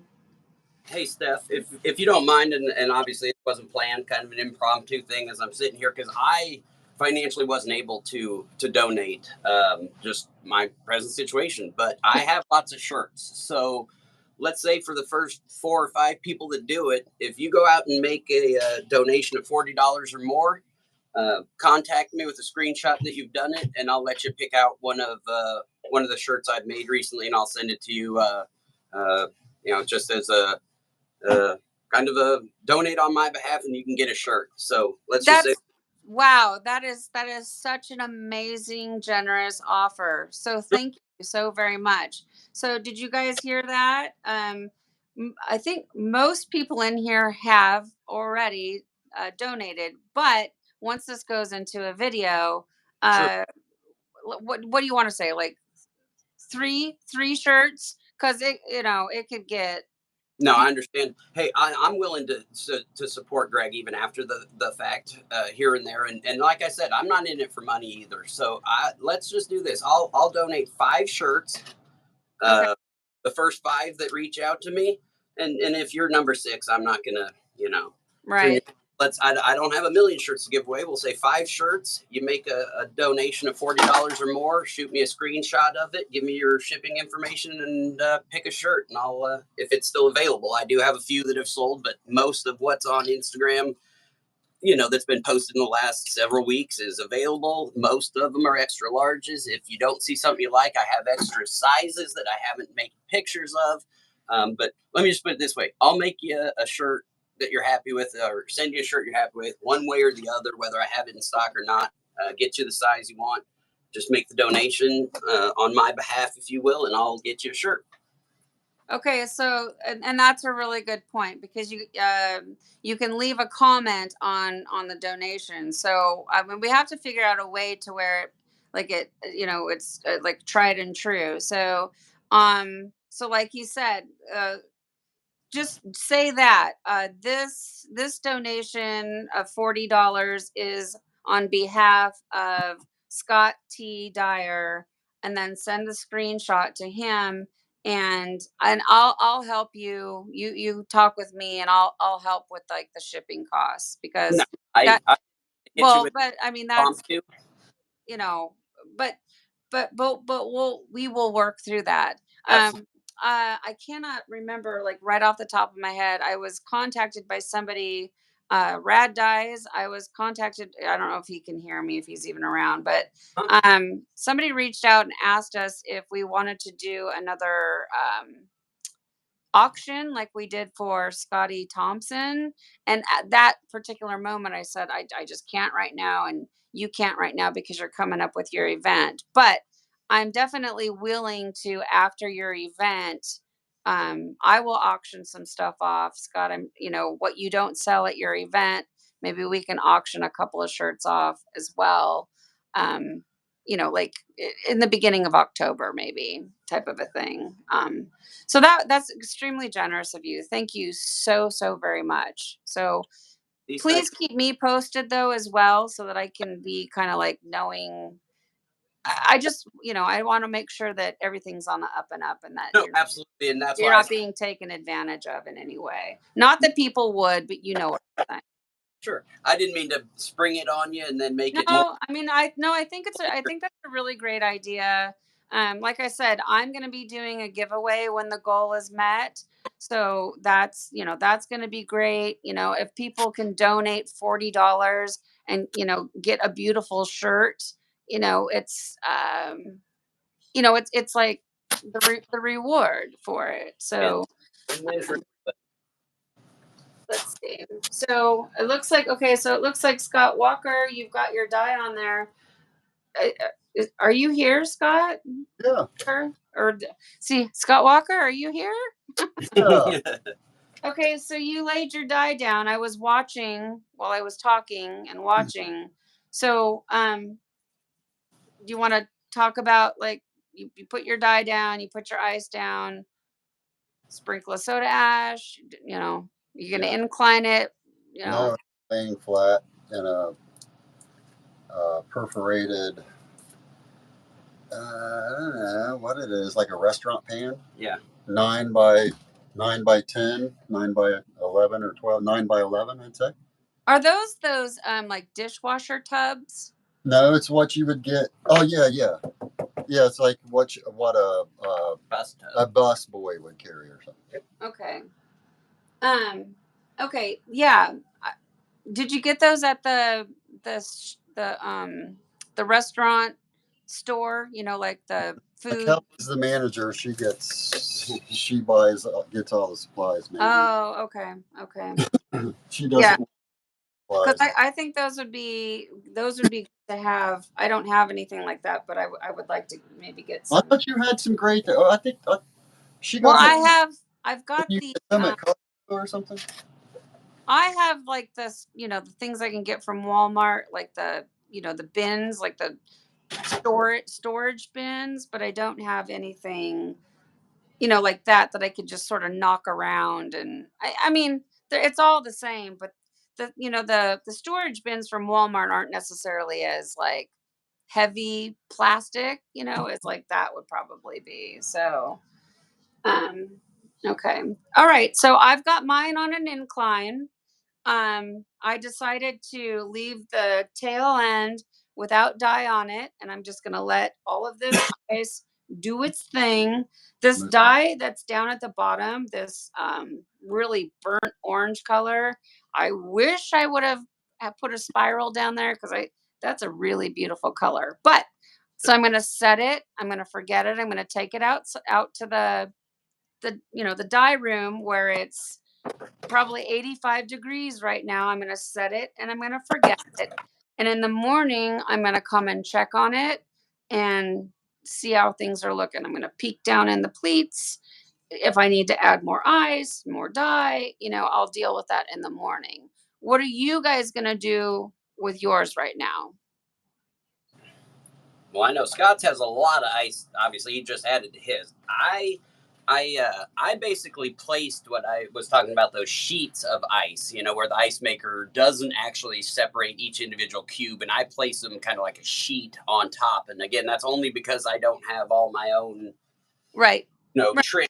But I'm hanging it off the end for just a big the big gravity. So I'll kind of watch that, and if I want more flow, I may add another few pieces of ice and do a little dye over ice to just push more color down the back.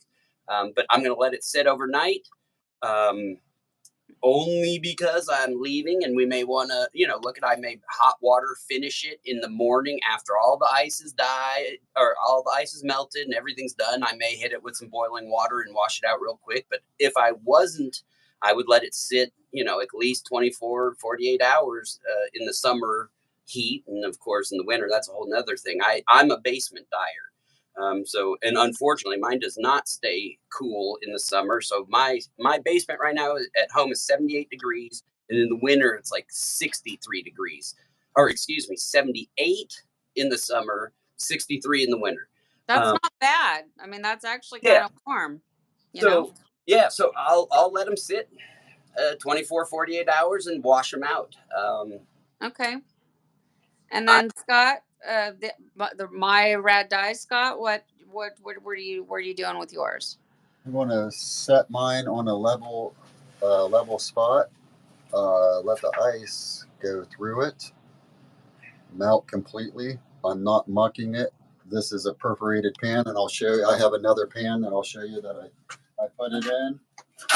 It's a restaurant pan with holes in it. So the muck water will drain through it into my busboy pan. Okay. And when the ice melts tomorrow morning, I'll pick it up, see if my saturation is all going all the way through. If not, I'll look and see how much residual dye or leftover dye or unprocessed dye or whatever you want to say. Okay. Yeah. If I need to add more ice, I'll add more ice. If I don't need to add more ice, then I will rip. Well, that's not too big, so I'll just put it inside a trash bag and put it up in my attic and let it batch up there for 48 hours, or not quite 48, but the next night. Not that night, but the next night. So Right. I mean, because as you guys know from past experiences, Scott's attic is like 100 million. right now it's not. If it's really hot outside, it's really hot up there. If Yeah. it's if it's cool, then it's not real hot. It's like 72, but that's still better than down here. Sure. Well, Because 100%. it's like 69 degrees right now, probably. So And then it drops. what I want to try to do, like I'm trying to get better about it, is I want to, make the reveal video here like next week. So if you guys can, if you can think about it, if you can kind of document your process a little bit, like, maybe take some photographs, you know, uh, you know, uh, as the ice melt, like when the ice is melted, before you rinse it out, stuff like that. If you're gonna add some hot water to, if you're gonna irrigate it, maybe Scott can like hold the phone. Rad Dyes can hold the phone while you do the work, or just to Sure. have a little bit of footage for like the reveal video, so that people can see like the next day, you know what's going on. That would be awesome. I would appreciate it if you think of it. If No, you no. don't, that's fine too. um just a little bit. Otherwise it's just me doing a rinse out, and that's pretty boring, right? So these little round cubes sure are cute. So okay, well, we've been on for quite some time, and I think that we're good for now. Is there anything before we close up, before we leave out, that we forgot to say or need to say or want to say?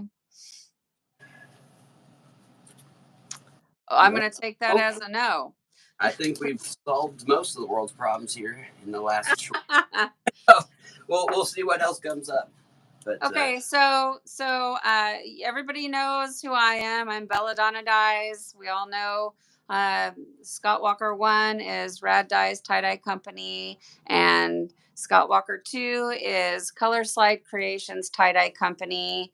And you can find him on Instagram, on Facebook. You can find Scott and I on YouTube and um, Instagram and Facebook and all that stuff. And I will do my very best to get all the links down below in the description box for the future.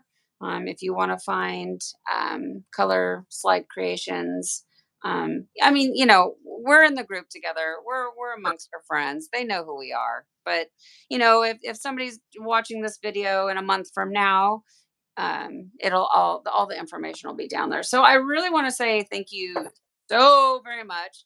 This was a lot of fun. We had a hard time getting here with all the technical difficulties today, but I'm glad that we were able to do it, and I'm super excited. Fingers crossed that this thing's going to turn out cool.